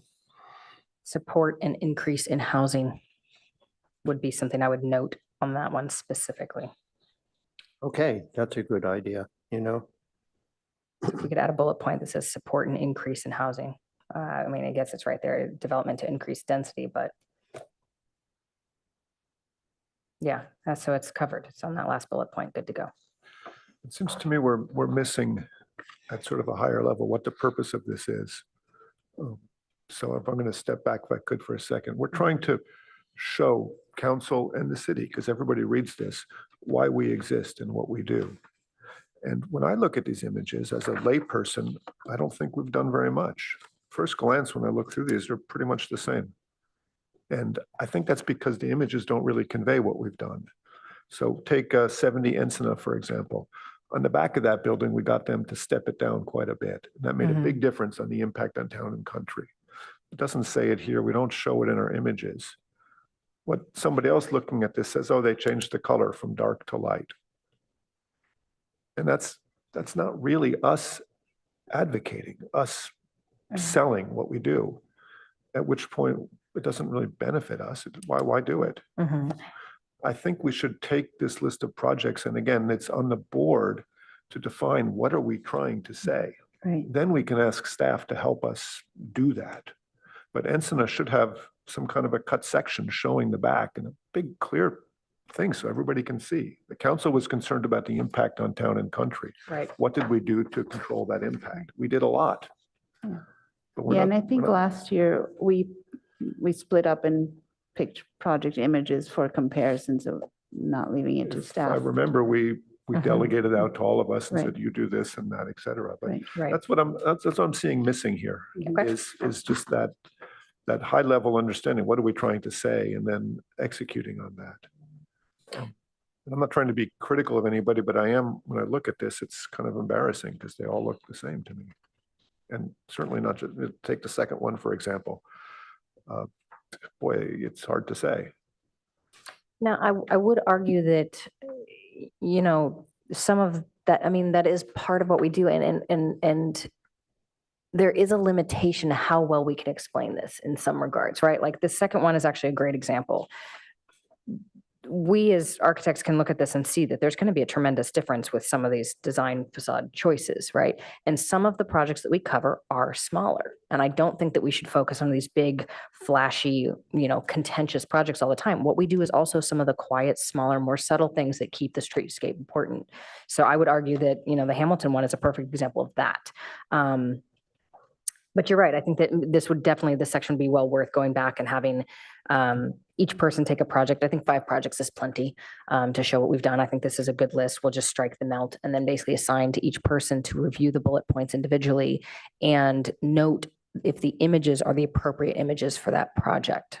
So on that note, I think it would be a good idea for each of us to just grab a project as we see fit. And further on that too, so what's listed here is just one before and one after. So that's not, limited, say, to that. We can have multiple renderings or images and say like columns for one project of 3 before and then 3 after, or whatever number the board decides to land on. Okay. Does anyone have a project they want to tackle? I'll do 70 Encina for you. That's a, Peter, you're my favorite. All right. well, I can easily lean on Ken to give me the graphics. All right, 164 Hamilton. Someone want to take that in downtown? Are you sure these are the right projects though? Have you? Yeah, have you that's gone what through I'm this? going through the list. I'm going here. through the list as well, and I'm comfortable with these projects as examples, right? I think that I am personally going to go back over the list and see if there's anything that we should add, but I don't think that any of these are ones that should be removed. I think that all of these are valuable examples. Now, if there are more that we want to add, that's a different question. But looking over the list, like there's the private middle school, which could be a potential one. I mean, we don't have, I do tend to skip the signage improvements, though. I apologize. Like, I just don't think that those are really. we don't have anything You from, shouldn't. That's right. You shouldn't. So signage acceptment, car-free street improvements, and that's signage again. De La Rosa facade, we could cover, but it's very new. There's a 164 Hamilton facade. There's mixed-use office with housing on Waverly. There's the award program, but there's no, focus group, that's skipped. 660 University. Yes, I was gonna 660 University and 640 Waverly might be worth including. I need to remember which ones those are, but 660 University, I think, was one we reviewed recently. If I may, so it is 11:46 time check, and perhaps to foster some of the conversation here. So what I'm hearing kind of are some next steps. So it sounds like continuing this to another meeting would be ideal, and having some work done with the board between then and now, before this comes before, say, like the next meeting, assigning some of these projects that were listed here in the packet and investigating whether future projects would like to be included as well. And I do want to note, during this fiscal year or this past year that we're detailing in this annual report, it is the 5-year cycle of the award. So that is going to be highlighted, but perhaps if we want to include that in this annual report beyond just that bullet point at the top, that could be something to consider. So. Okay. what do we have we only have the melt here. Is there anything else? On the shopping center, which we've spent a lot of time on. So here's what I would like to do at this point. I'd like to go over this list of address and descriptions very quickly. Decide which ones maybe should be investigated further, assign those to people so that we have homework to do. And then when we come back next time, we can have the full list of the items and decide which ones we want to include or not. So instead of going from the 5 and just being okay with that, let's go from the list and decide which ones need to be investigated, assign those, and move forward. All right, so I'm going to do this very quickly, and I apologize to my fellow board members. I'm going to sort of steer the ship here for a moment. 4075 El Camino Real Assisted Living, that should be investigated. Skipping bird lighting design, skipping bird friendly, skipping 525 as master sign, melt facade we have already nixed. Office conversion at 3000 El Camino. Housing with inclusionary units at 4335. Housing incentive program, we're going to skip. Again, this is specifically for the images to show befores and afters and have a discussion on that. I don't think it's appropriate to show signage, and I don't think it's appropriate to show ordinances and things like that. So 3150 El Camino, 70 Encina, 3265 El Camino, 824 San Antonio, 3950 Fabian, 660 University, skipping El Camino Real Focus Area. Skipping the architectural review boards, specifically because I'll tackle that personally and decide what we want to do there. Okay, 640 Waverly, 164 Hamilton Avenue. I don't know if we should include that or not, so I would like to assign it to a board member and we can investigate and return with a decision on whether or not that should be included. 180 El Camino de la Rosa, let's include that for now. California signage, we are skipping, and city parking garages, we are skipping. So that gives us 1, 2, 3, 4, 5, 6, 7, 8, 9, 10, 11, 12 items. So each person should take 2, a couple of us should take 3. And if it's all right with you guys, I'm going to kind of do this randomly because I would like to just get us looking at these items.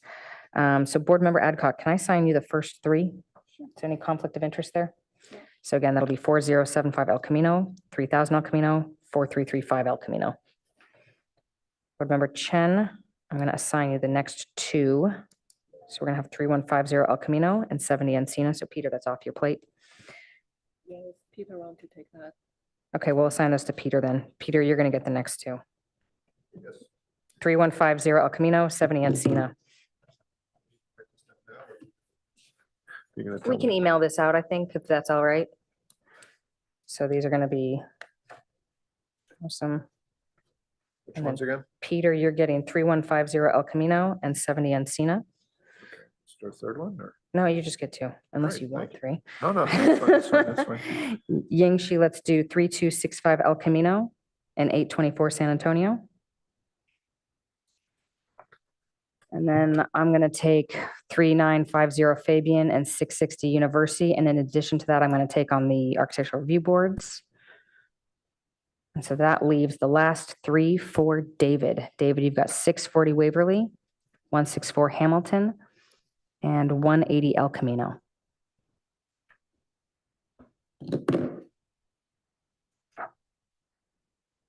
Good to go? I think For on the- the highlights, one is missed, 4335 El Camino. Yep, that one's for you as well. Yep. Yellow, Thank you. beautiful. And Anything for else, the Yingxi? for the very last one, the De La Rosa, this is one of the most recent one that we just reviewed. If they don't have any updated drawings, then Yeah, it's hard to include it. but in that there. one will be for you. De La Rosa? yeah, Yeah, yeah. it was the orange yeah. accents Yeah, going yeah, wrapping no, around the fine. corner, right across from Sushi Roku. No, that's good. Beautiful. Okay, so on that note, I move that we, with the following homework for our ARB members and including the adjustments that we've made today, we defer this item to a date uncertain. So we do need to have a motion on that. So that's my motion, and then we'll need a second and we'll need a vote. A second. Thank you. Can anyone call for a vote, please? Board Member Adcock, Yes. Board Member Balte, Yes. Board Member Hirsch, Yes. Vice Chair Chen, Yes. Chair Rosenberg. Yes. Motion carries 5-0. Perfect. We're skipping that one. It's just signage exceptions.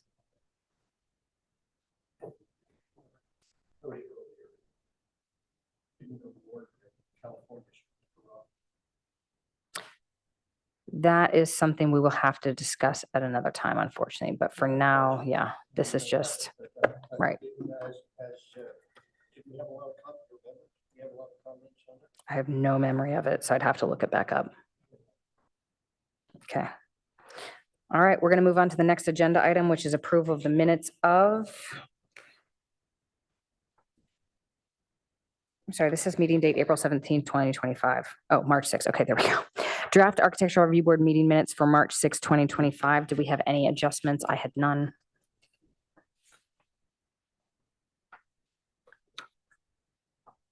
Anybody else have any adjustments?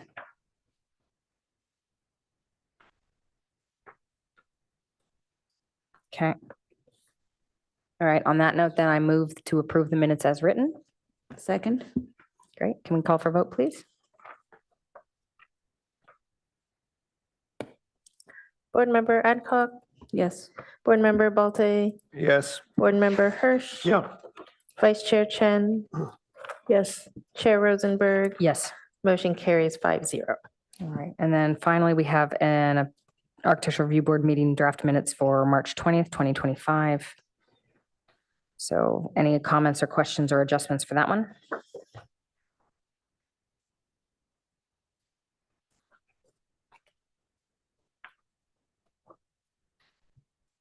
Okay, then I move to approve the meetings and minutes as noted, as written. Second. Seconded. No.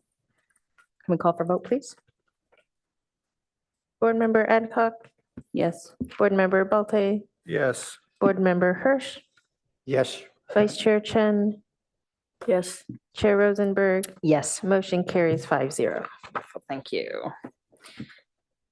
Okay, final items, board member questions, comments, announcements, and or future meetings and agendas. So there's a couple items to tackle here. So number one, I would like to discuss the city council meeting I sat in on, was it Monday night?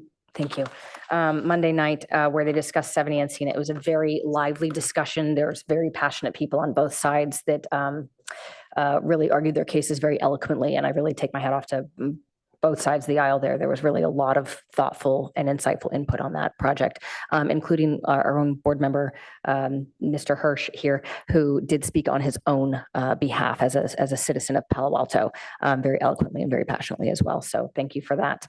The summary of it was that the city council approved Encina unanimously, and that project will be moving forward per what we saw. So just to address that and make sure that you guys are all aware of it. We're not reopening the discussion now, just making everyone aware of what happened. In addition, and sort of semi-related to that, we did receive an email just the other day from a member of the city who spoke at that hearing as well. And he made an accusation that the board, since we had met with representatives from both sides of the aisle, that we had in some way violated the Brown Act. I'd like to say very clearly and unequivocally that is not the case, and that is factually inaccurate. None of us met together. We met individually one-on-one, which is allowed. We don't typically do that for this exact reason, is that we want to keep things above board. We like to do things in the open and in front of the public. But that accusation was taken seriously. Everything has been reviewed by the lawyer as well, and there is no violation. And we want to state very unequivocally, loudly, clearly on the record, no violation occurred. And I just want to note that comment was from a member of the public. Thank you. A member of the public, excuse me. It was a member of the public who did speak on that. And if any of my board members would like to speak in their own voice as well, I would encourage that now at this time. But just to be very clear, nobody met with each other. So Yeah, I'd like to be clear that I met with members of the applicant, but I did not speak with, or discuss in any way this project with other members of the board. correct. And I think that that goes true for, if I may speak on behalf of the board, all 5 members can make that statement very clearly. So That's exactly what I was going to say, is that we never discussed the items or any of the conversations we had with either the applicant or Town and Country with each other, with clearly, making sure we don't violate the Brown Act. right. Okay. And with that, I think there's nothing else to be said. Thank you guys very much. Appreciate your time and efforts, and we are adjourned.